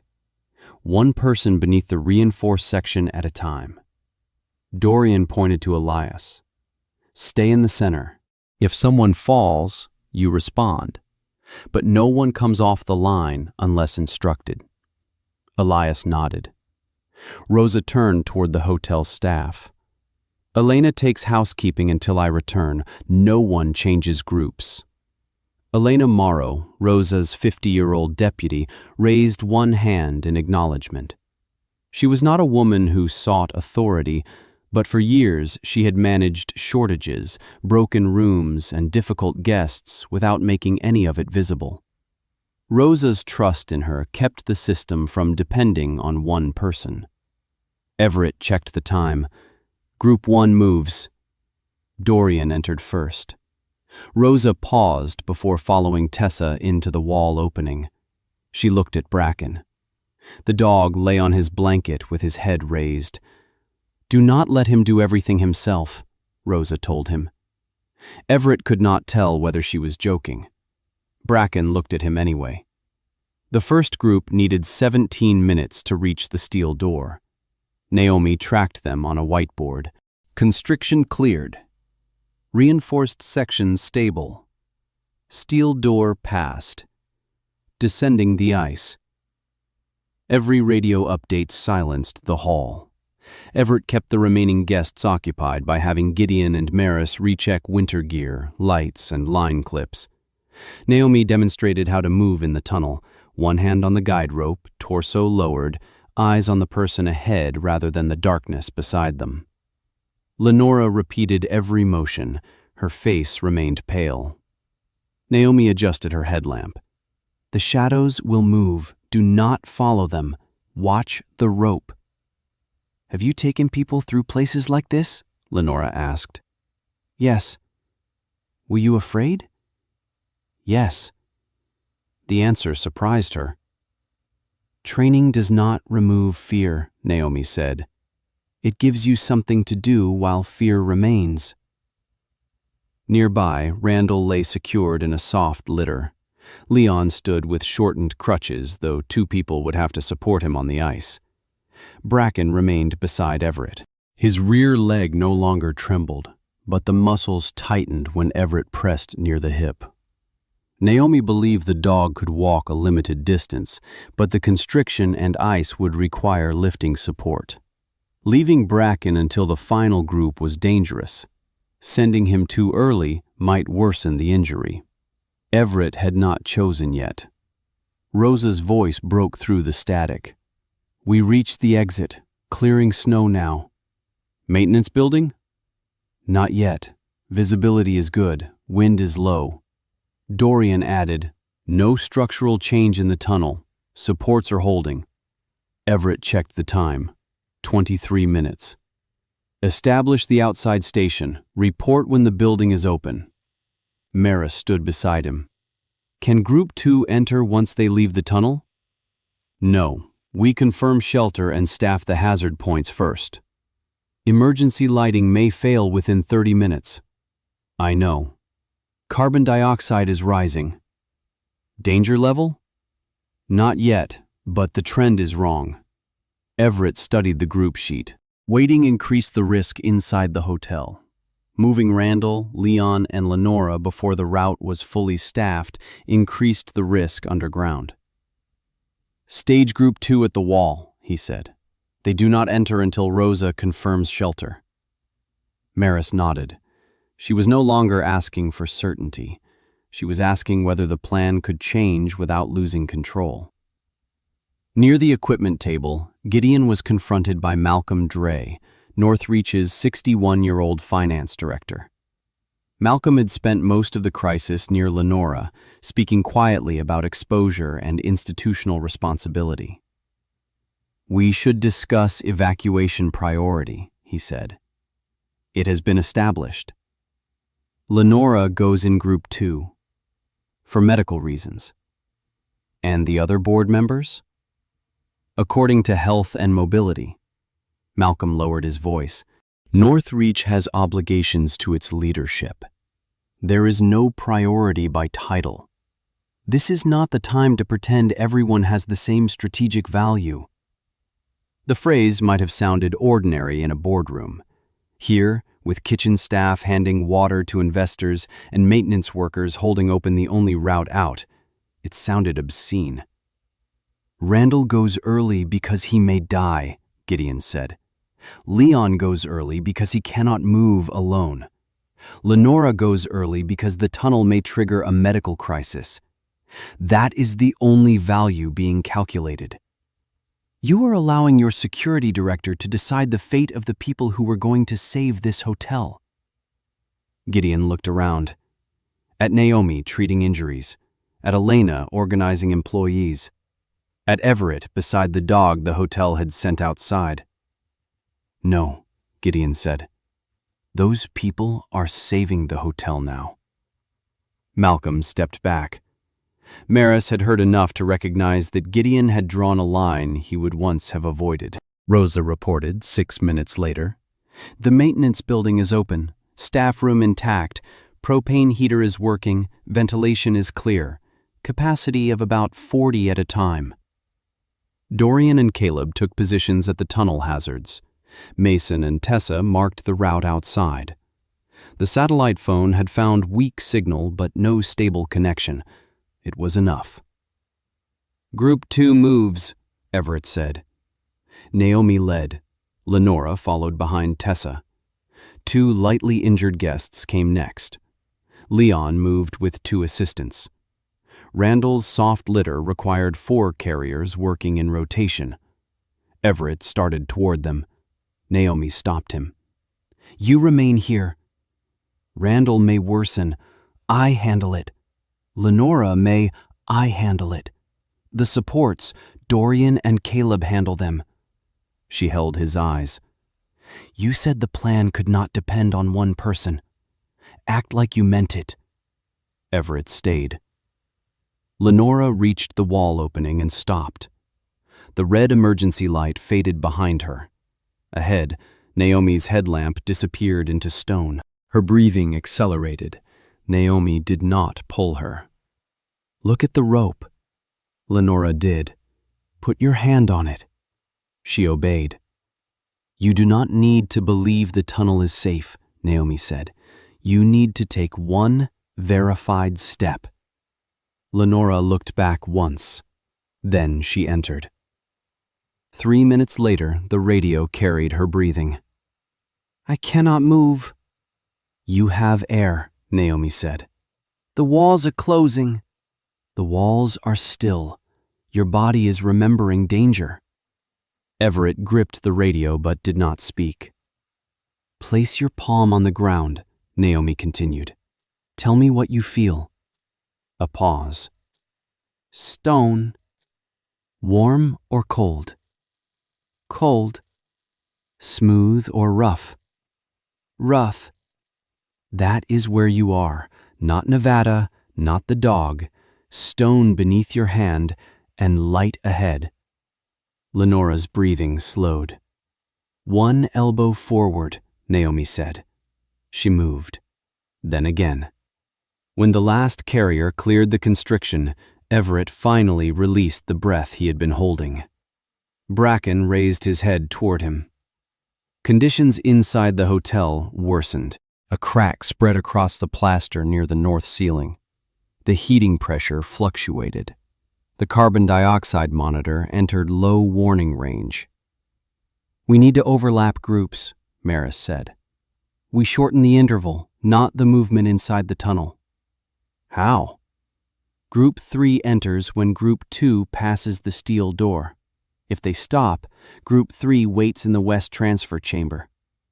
2 groups underground at once, separated by more than 70 yards with controllers between them." Maris examined the map. "Where's the safe holding point?"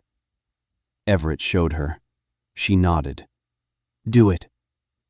The procedure did not exist in any handbook. They were writing it while using it. Group 3 included older guests still able to walk, 2 employees, and Gideon. "I should remain until the end," Gideon said. "You should go now," Everett replied. "Rosa needs someone outside with authority to coordinate rescue and transport." "I own this place." "That is why your function is outside." Maris agreed. Gideon put on his headlamp. Before entering, he looked at Everett.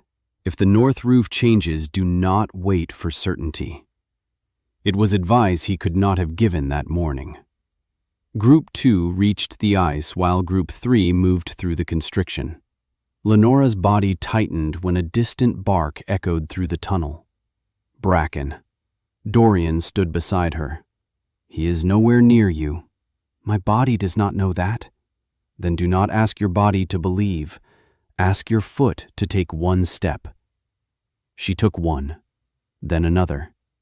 She crossed without stopping. Inside the hotel, Bracken had risen. A long metallic groan came from the north structure. Dust fell from the ceiling. Everett moved everyone into the central service corridor. "We cannot maintain the old interval," Maris said. "No." "And Bracken?" Everett checked the dog's rear leg. No acute pain response. The lifting harness could support his weight through the constriction and across the ice. "I will take him through and return." "No," Maris said. "Reverse traffic will block the passage. He may not go with anyone else." "Is that something you know, or something you need to believe?" Everett looked toward Mason. Dorian was already positioned at the steel door. Bracken knew him. Everett radioed ahead. "I am sending Bracken with Group 4. Receive him at the door." "Understood," Dorian answered. Everett attached the support harness and placed the lead in Mason's hand. "Do not over-command. At the constriction, support the abdomen. Do not pull the rear leg. If he pauses, give him 5 seconds to assess. And if he turns back, 1 forward command." Mason nodded. Everett held Bracken's face between his hands. "Go with Mason." The dog watched him. At the wall, Bracken stopped and looked back. Everett did not approach. He gave the old hand signal. "Forward." Bracken held his gaze for 1 more second. Then he entered the tunnel. Everett remained behind. This time, he had not abandoned the dog to darkness. He had entrusted him to people both of them knew. At the far end, Lenora began recording names as people emerged. When Gideon told her Bracken was in Group 4, she took the roster. "He is not on the guest list," Gideon said. "Then the list is incomplete." She wrote his name beneath the others. In the tunnel, Bracken stopped at the constriction. Mason waited rather than forcing him. Malcolm, now wearing maintenance boots and helping the group, held the support sheet. Bracken lowered himself and crawled while the others carried part of his weight. When Malcolm emerged from the gap, his breathing became fast and shallow. Bracken sat near him without making eye contact.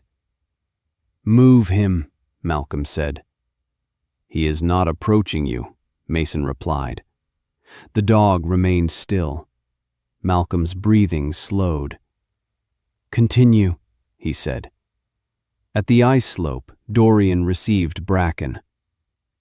"No need to prove anything, old man."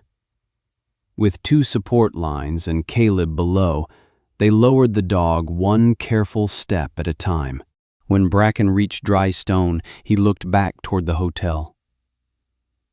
"Everett will come," Dorian said. The dog turned toward the exit. The north structure began to deform more quickly. Groups 5 and 6 entered with shorter intervals. County Rescue finally responded through the weak satellite connection. The main road was buried in 2 places. Rescue could not reach the hotel for several hours. Snowmobiles might reach the western maintenance route in 90 minutes. The north slope remained unstable. Recommendation: evacuate the building. Maris heard the report. "We send everyone through," she said. "Yes. No stops for documents, equipment, or investigation." "Yes." She glanced toward the upper floor, where servers, files, and contracts remained. Then she turned back to the list. "Prepare the next group." It was the moment she chose people over the systems she had spent her life protecting. No one applauded. No one needed to. Bracken emerged before the final groups left the hotel. He lay near the tunnel mouth, with his head pointed back into the darkness, waiting. Lenora positioned the count table far enough away to manage her fear without abandoning the task. When Everett finally joined the last group, Maris made him promise not to turn back once the final person crossed the wall. He repeated the promise while looking directly at her. The final 8 entered. At the reinforced section, a support post sank slightly. Caleb tightened it while everyone waited. Near the steel door, a metallic sound echoed behind them. Everett nearly turned back, remembering Celia Ward's name from the missing list. Maris and Elena confirmed she had been found in food storage and evacuated with Group 5. The record held.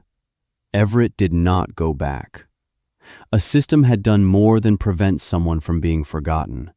It prevented guilt from inventing a person who was not there. At the ice slope, Owen Price slipped and injured his shoulder. The group slowed to the pace of the injured man and moved him down together. That was the difference between escape and evacuation. At last, blue-gray daylight appeared ahead. Maris continued calling names. Elena, Owen, Caleb, Dorian. Everett came last. Bracken barked once from outside. Everett moved toward the sound. He emerged into the cold and dropped to one knee as Bracken struggled to stand. The dog pressed his head against Everett's chest, placing as much of his weight as he could against him. "We are out," Everett whispered. Lenora stood beside the roster. "Everett Sloan. Here." She marked the name. Then she read the final line. "Bracken." The dog turned slightly toward her voice. Lenora tensed, but did not step away. "Here," Everett answered for him. She marked the box. 99 people. 1 retired canine. Everyone was outside. They were not safe yet. Rescue vehicles were still moving through the trees. Randall needed a hospital. Leon could not walk far. Owen's shoulder required treatment. Night was closing over the western slope. But the question had changed again. They no longer needed to find a way out. They needed to bring everyone down alive. And no one among them had survived because of faith alone. They had survived because Bracken noticed the airflow. Dorian remembered a broken map. Caleb reinforced the timber. Rosa knew the maintenance building. Naomi turned panic into motion. Elias treated the sick. Maris changed the plan. Gideon stopped protecting appearances, and nearly 100 people accepted that the tunnel would move only as fast as its weakest person. Trust had helped them enter. But trust was not a vote on who deserved to be believed. It was evidence, responsibility, and the willingness to hold a position when no one could promise the outcome.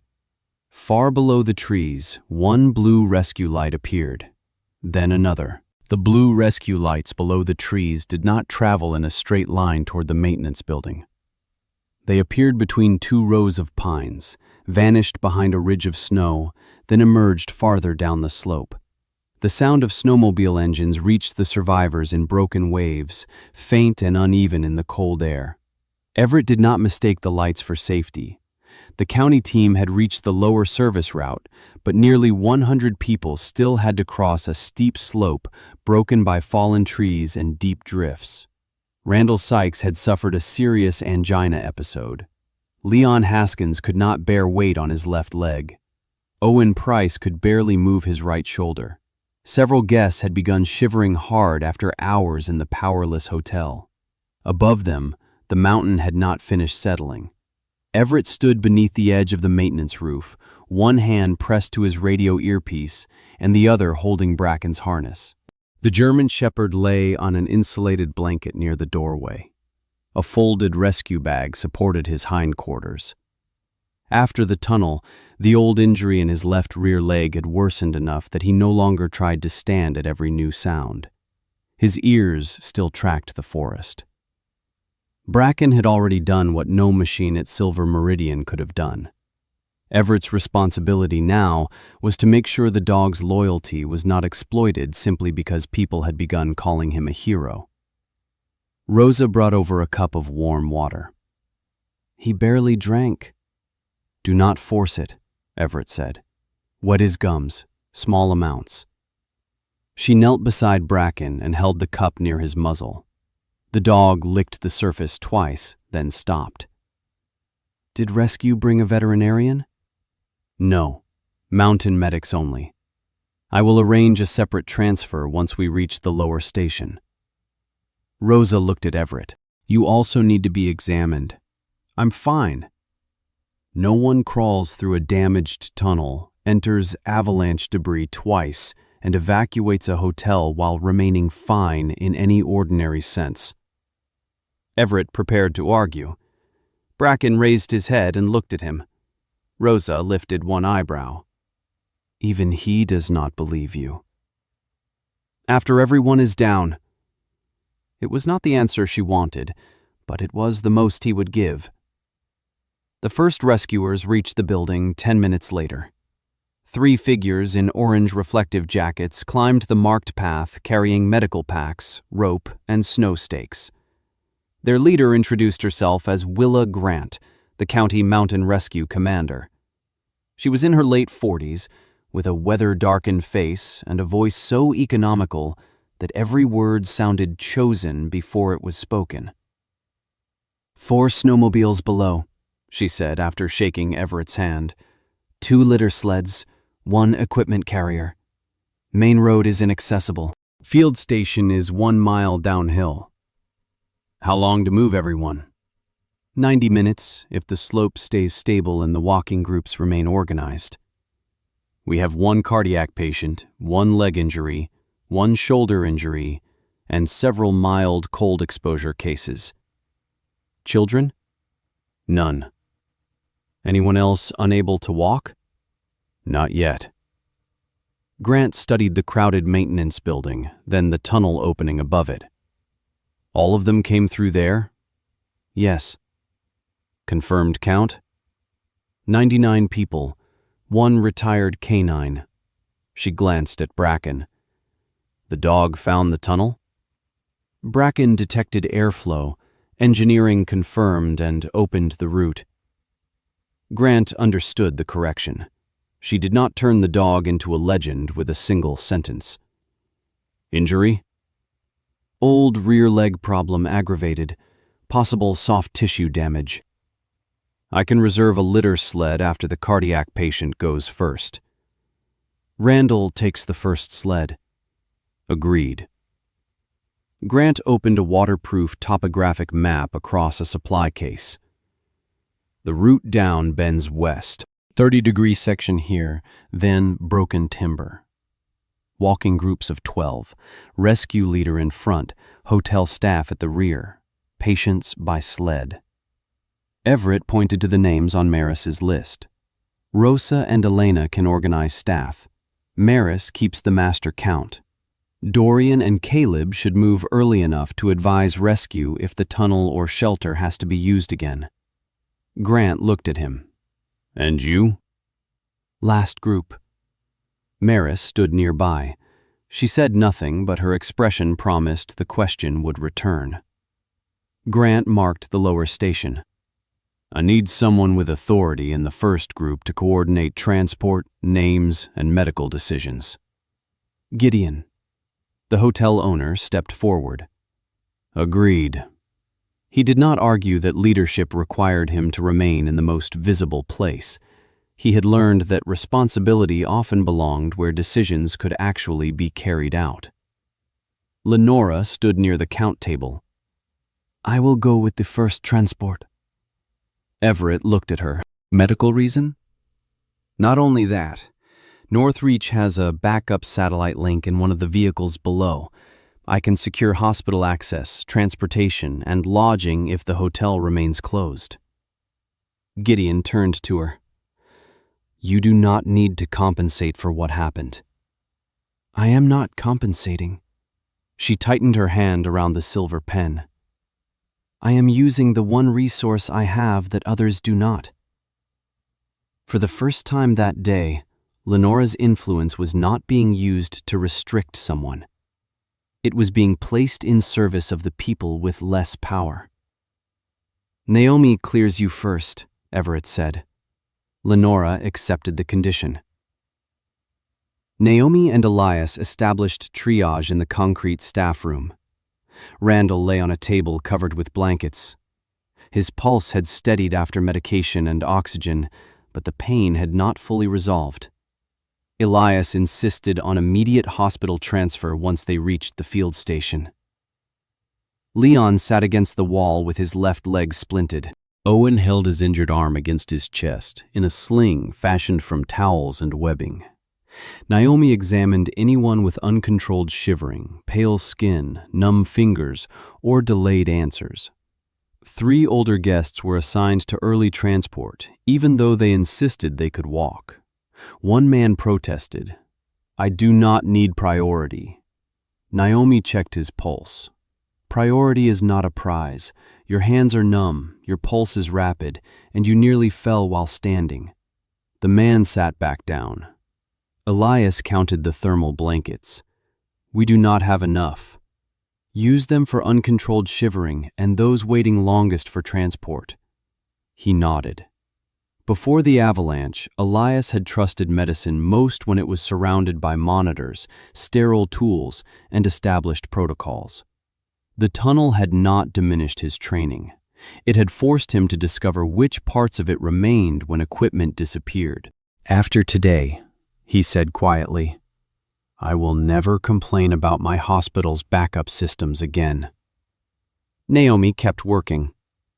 "You should still complain. Just do it before they fail." Randall left first.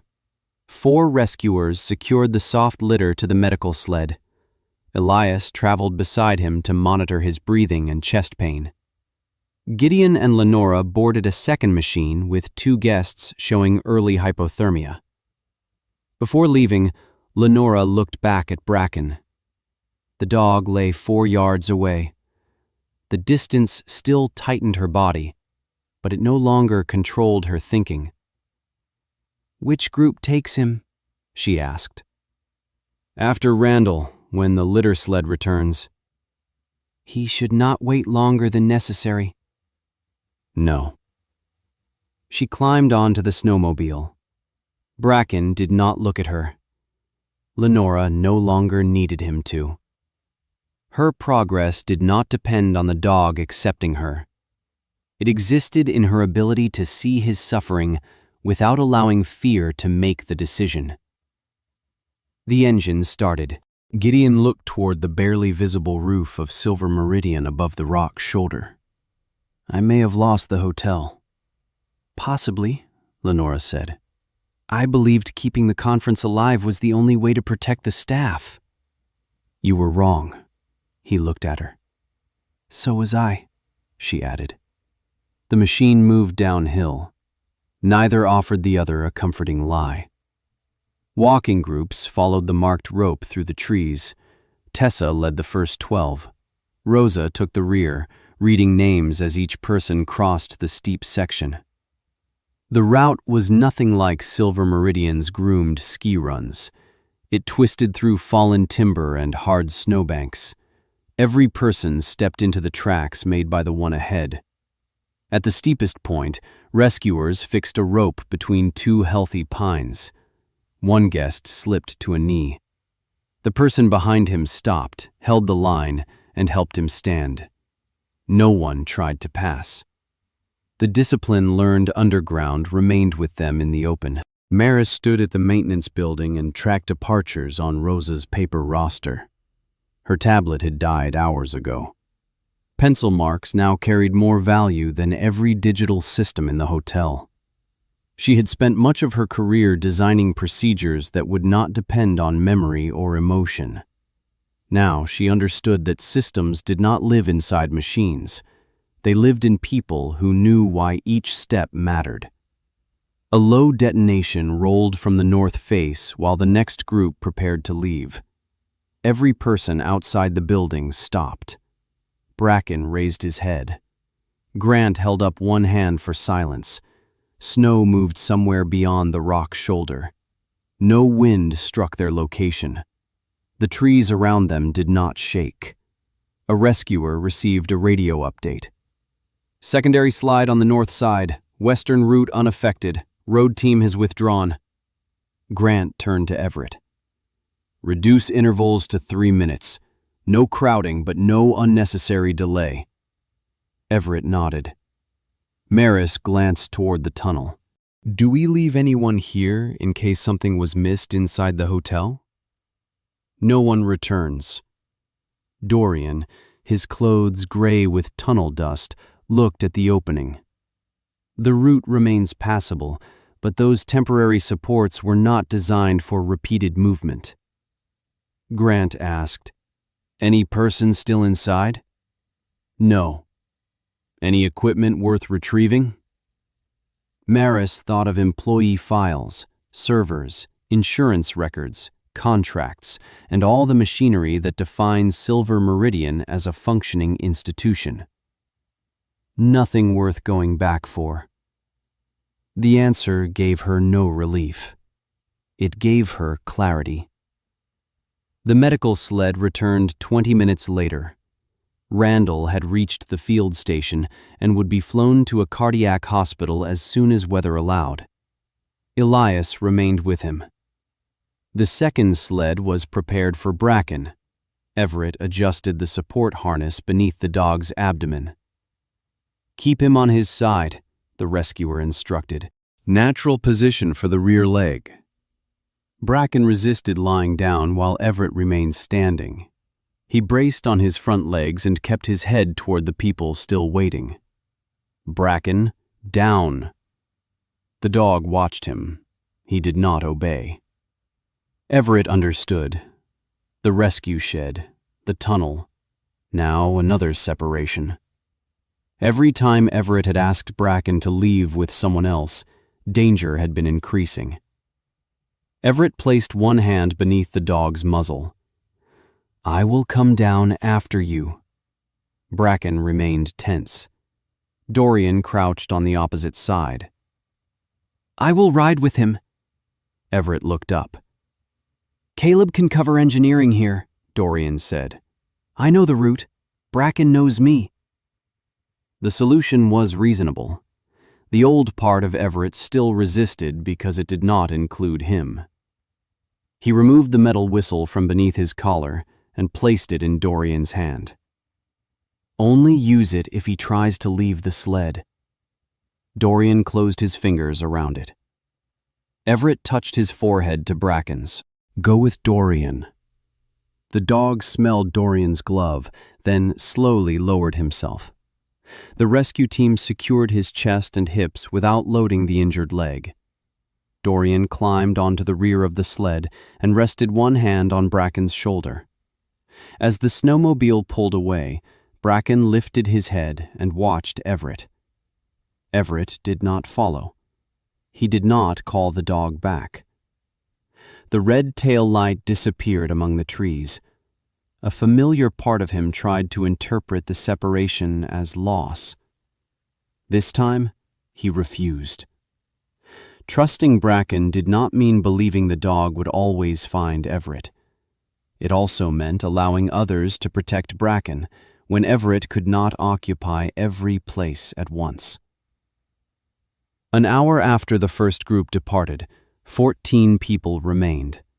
Maris, Everett, Caleb, Elena, Grant and 2 rescuers, 3 security officers, 4 staff members who had stayed to assist. They were not the most important people on the mountain.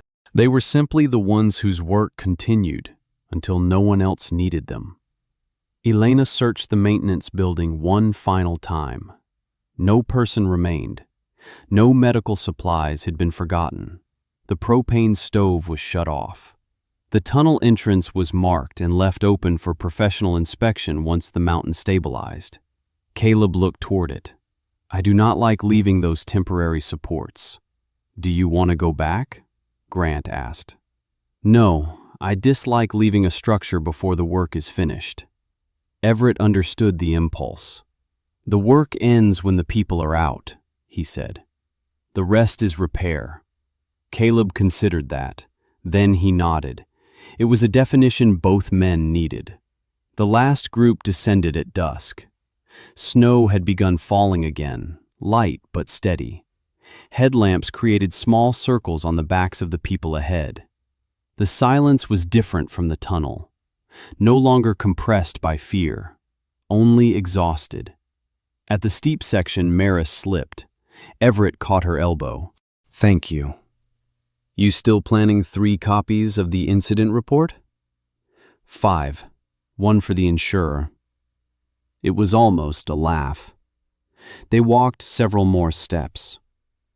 "I believed excluding Bracken from the guest zone was risk control," she said. "Given the information then, it was a defensible decision. You do not need to protect me." "I'm not. I do not want this reduced to one bad manager making one cruel choice." "I delayed 3 reports about the wall." "You did. Is delay different from disregard?" "Yes. Disregard means you did not care. Delay means other priorities kept moving an unclear risk lower." "And the result?" "The same, this time." Maris watched the tracks ahead. "Responsibility does not require you to invent malicious intent," Everett said. "It requires changing the system that allowed the decision to repeat." She was silent for a long time. "Will you remain after the investigation?" Silver Meridian had been Everett's proof that he could live entirely by civilian structure, separated from instinct, war, and the old life Bracken represented. The avalanche had exposed the false choice. His experience was not something he needed to bury. He only needed to stop letting it convince him he was the sole person capable of carrying danger. "I don't know," he said. Maris did not press him. For once, uncertainty was enough. The field station occupied an old gondola operations building lower on the mountain. Portable generators powered white lights over medical tents, ambulances, and registration tables. Survivors were given blankets, checked for cold exposure, and allowed to contact families as signals became available. No one cheered when Everett arrived. Rescue in the real world did not end with a shared revelation. It ended with blood pressure cuffs, paperwork, warm fluids, and confirmation that no name remained unanswered. Maris reported the final group to Lenora. Lenora marked each person, then handed the roster to Grant. 99. Grant checked it against the rescue record. Confirmed. Everett looked around. Where is Bracken? Dorian called from a smaller medical tent. The dog lay on an insulated pad while a mountain medic examined his ribs, temperature, and rear leg. Dorian still held Everett's whistle. No obvious fracture, he said. Temperature is stable. He needs imaging and a ligament examination. Everett knelt. Bracken opened his eyes, raised his head, and touched his muzzle to Everett's hand. Sorry I took so long. The dog rested his head across Everett's wrist. No accusation, no need for explanation. Everett understood that Bracken's loyalty had never meant following him every second. It meant trusting he would return even when he could not be seen. Everett's task was not to keep the dog beside him forever. It was to become someone worthy of that trust.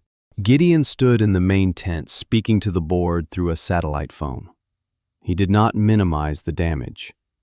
He reported the delayed tunnel inspection, the generator intake weakness, and the event layout that had limited the K9's movement.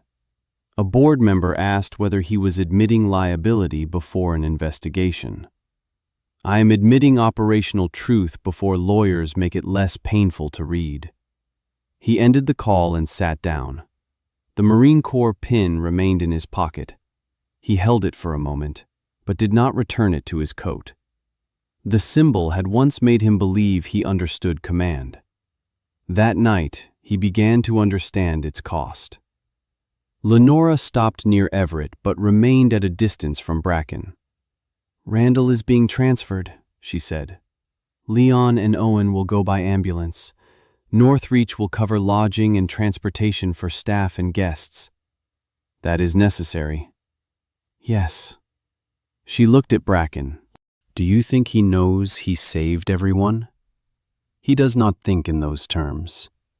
What does he think? He noticed air. He came back when the mountain moved. He followed the team when asked. Each time, he handled the thing in front of him. Lenora considered that. People make survival harder because we need it to explain who we are. Maybe. She took a slow breath. Could I stand closer tomorrow? You do not need to prove anything. I know. Then only if you want to. She remained where she was. Healing did not have to complete itself when a story wanted a beautiful ending. Near midnight, after the last patient had been transferred, Naomi finally examined Everett. High blood pressure, mild dehydration, a swollen knee, no major injury. You froze in the tunnel, she said. Yes. Then entered avalanche debris for Bracken. Yes. Then kept working for hours. Yes. Are you going to speak with someone about that? Everett looked at Bracken asleep beneath the chair. Yes. Naomi waited. Not only him. Not only him. She nodded. Then today taught you at least one thing. Only one? Do not be greedy. Before leaving the field station, Everett stepped outside. Silver Meridian was hidden behind the trees and falling night snow. Only a dark absence remained where the hotel's lights had once shone across the slope. Everyone had survived. The hotel would still close. There would be investigations, lawsuits, and consequences. Gideon might lose control. Maris might be held responsible. Everett might lose his position for using an unofficial canine resource and entering an unstable avalanche zone. Survival did not make every earlier decision correct. It only gave them the chance to accept responsibility instead of becoming memorials. Dorian joined him and returned the whistle. Bracken did not need it. He tried to leave the sled? No. He watched the trail behind us the entire way. Everett closed his hand around the metal. Thank you for staying with him. You trusted me. Bracken did first. Maybe that should be our hiring standard. Stricter than the board's. Behind them, Bracken shifted in his sleep. Everett turned immediately.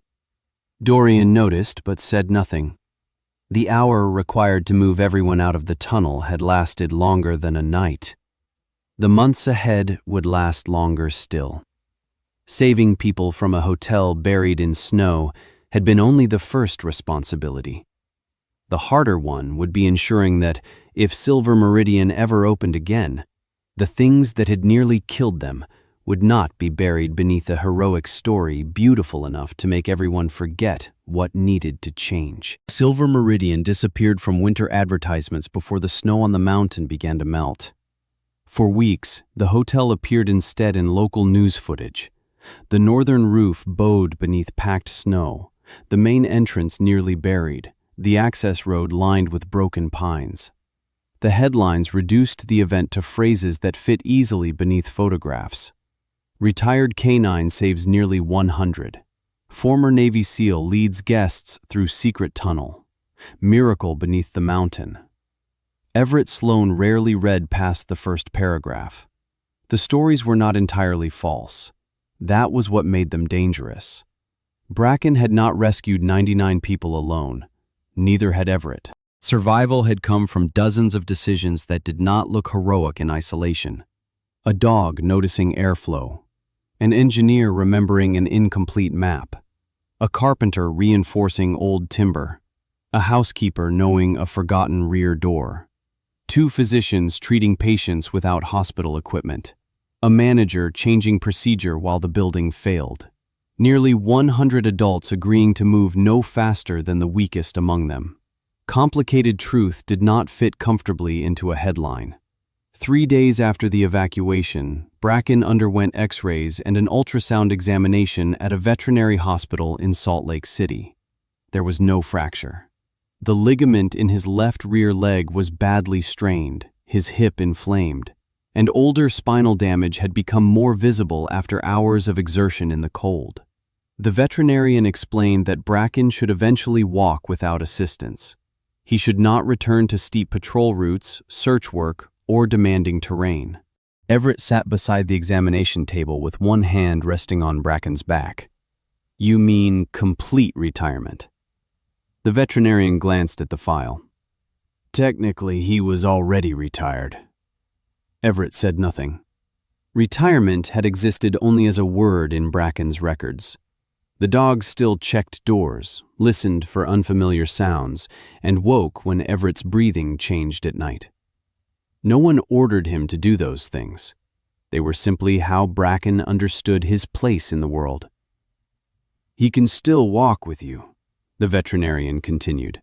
Short distances, physical therapy, warm water exercise. But you need to stop treating his ability to endure pain as proof that he should keep working. Everett looked at the silver spreading across Bracken's muzzle. The statement was not only about the dog. I understand. Bracken raised his head and watched him.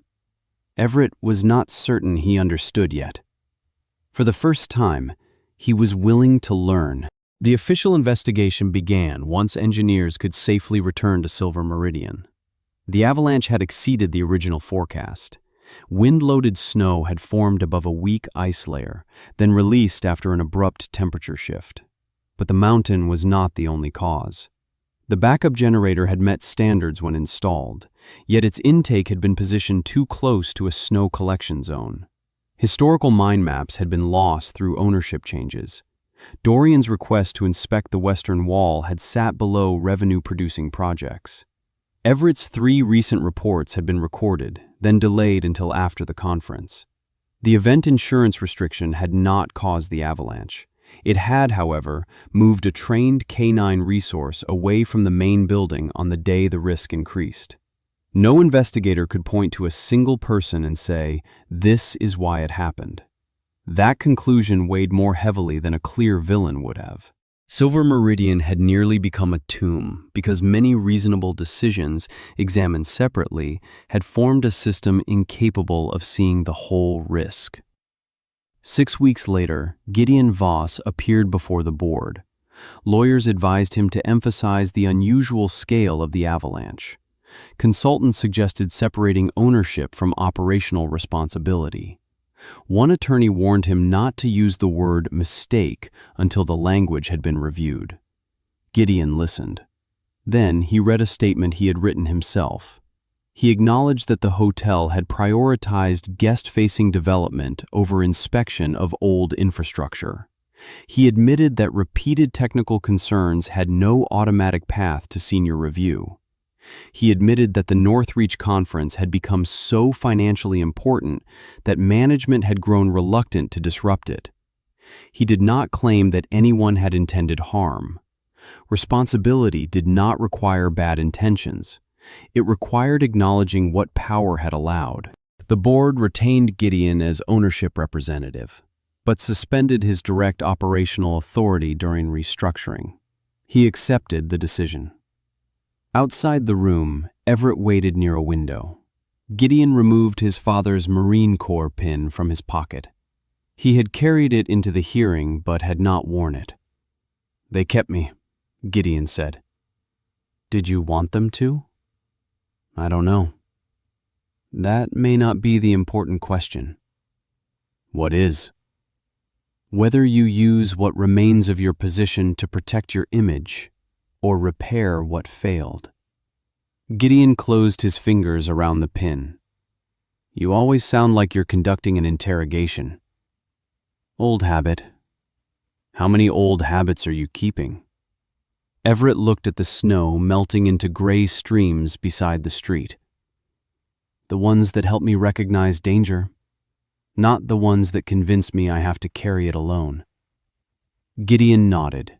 He fastened the pin inside his coat, where no one could see it. Maris Bellamy submitted her resignation before the board decided whether to discipline her. Everett met her in a quiet cafe near Bracken's rehabilitation clinic. The dog lay beneath the table wearing a light support harness. "I thought you would agree I should resign," Maris said. "I agree you should accept responsibility." "What is the difference?" "Responsibility does not always mean leaving the place where the damage happened." "If I stay, the staff may think I am protecting my position." "If you leave, the next manager may learn the wrong lesson." Maris wrapped both hands around her coffee. "And what is the wrong lesson?" "That the disaster happened because one rigid manager followed procedure too closely. They replace you with someone more flexible, run a training session, and declare the problem solved." She studied him. "The correct lesson?" "Structural, electrical, weather, and safety warnings cannot be delayed indefinitely because the risk is difficult to see. Repeated reports need automatic escalation. Engineering needs authority to close an area. Event plans must be reviewed by people who actually work inside the building. You want me to stay and build that. You understand how the old system failed. And if no one trusts me, do not ask them to trust you immediately. Work long enough for trust to become possible." Beneath the table, Bracken shifted and rested his shoulder against Everett's boot. Maris glanced down. "Are you using him to win the argument? Bracken does not care whether you resign." "That may be why I trust him." She did not withdraw the resignation that day. A week later, she accepted a temporary role with reduced authority and one specific assignment: rebuild the reporting system under independent supervision. No speech restored her reputation. She began by meeting employees she had previously known only through staffing charts. Northreach did not withdraw its funding. Lenora refused to continue under the old agreement. The money was divided between structural repair, independent power systems, complete mapping of the historical mine works, and a new requirement: Silver Meridian would establish a long-term program for retired service members and aging working dogs. The idea took shape during one of Bracken's physical therapy sessions. Behind a glass partition, the dog walked slowly on an underwater treadmill. He had resisted during the first appointment. By the fourth, he had learned that the warm water reduced the weight on his injured hip. Gideon placed an artist's rendering on the meeting table. It showed Bracken standing on a stone pedestal outside the lobby, head lifted above carved snow. Everett looked at it for less than 10 seconds. No. Gideon leaned back. It is meant to recognize what he did. It turns what he did into something the hotel can advertise. That is not my intention. I know. Lenora sat at the far end of the room, still maintaining distance from Bracken. Then what do you want? She asked. Everett looked through the glass. Retired canines do not need statues. They need veterinarians who understand occupational injuries. Their handlers need to recognize when loyalty is hiding pain. And veterans? Gideon asked. Everett paused. Naomi had kept asking whether he had begun therapy. He had.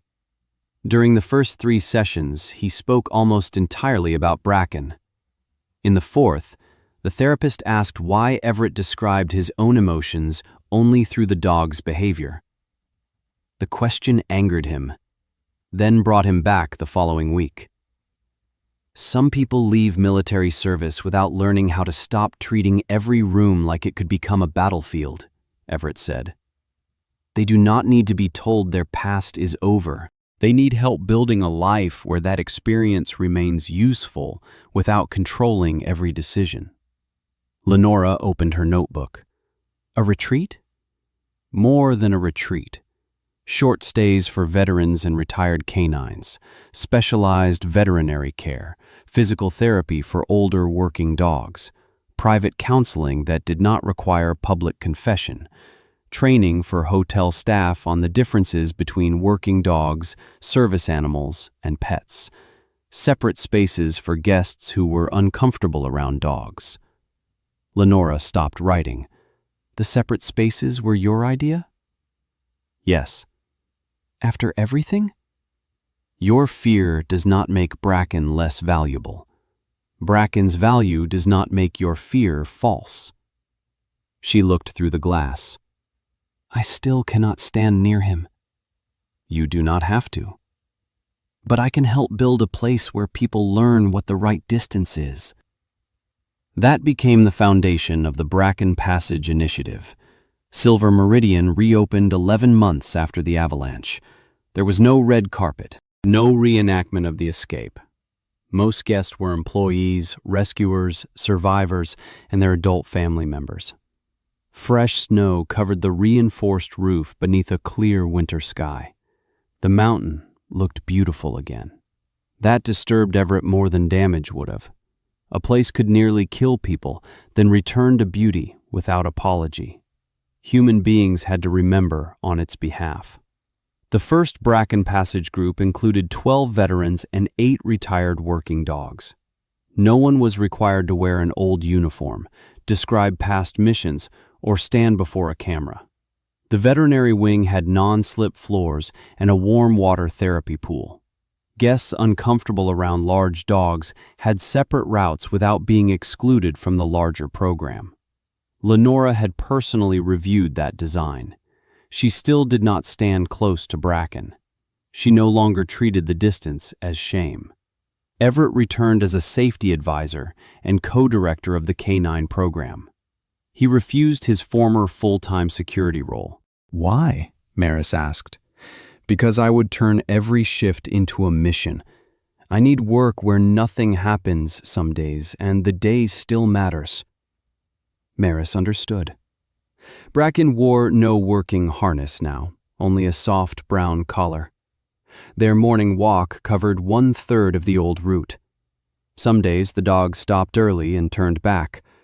Everett turned with him. He no longer used discipline to deny pain.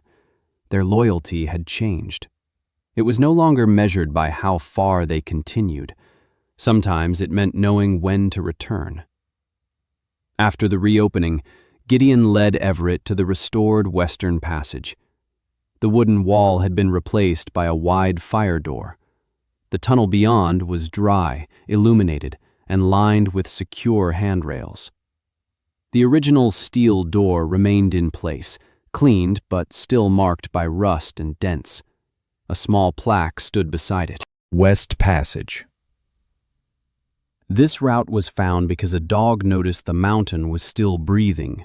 A man trusted the signal, and a group of people turned possibility into a safe road. No one survived alone. There was no statue, no image of Bracken on a pedestal. Bracken approached the tunnel entrance. He paused, ears angled forward, nose testing the clean current of cold air. Everett stood beside him. Maris, Gideon, Dorian, Rosa, Naomi, and Lenora waited farther back. Lenora stood at the greatest distance. No one asked her to move closer. Bracken looked at Everett. A year earlier, Everett would have assumed the dog was waiting for a command. Now he was not certain. Perhaps Bracken only wanted to know where Everett intended to go. Everett opened the door. Winter light filled the reinforced passage. Bracken walked several steps inside, then stopped. His rear leg remained slightly stiff. Everett did not say forward. He moved until he stood level with the dog. Behind them came the voices of the veterans arriving for the new program. A retired Labrador barked from the therapy wing. Rosa argued with Dorian about a sign. Maris checked a paper roster, even though every electronic system was functioning. Silver Meridian had not become a perfect place. It had become a place that knew it could be wrong. Everett rested one hand on Bracken's back. No mission today. Bracken looked at him. Then the dog turned away from the tunnel. Everett followed him into the bright corridor. This time, Bracken did not lead him toward danger, a secret, or someone waiting to be found. He led Everett back toward the living. For the first time in years, Everett understood that returning could also mean the mission was complete. Sometimes courage is not found in the moment we escape danger, but in what we choose to do after we survive it. Everett, Bracken, and the people of Silver Meridian learned that responsibility is more than admitting a mistake. It is changing the conditions that allowed that mistake to happen.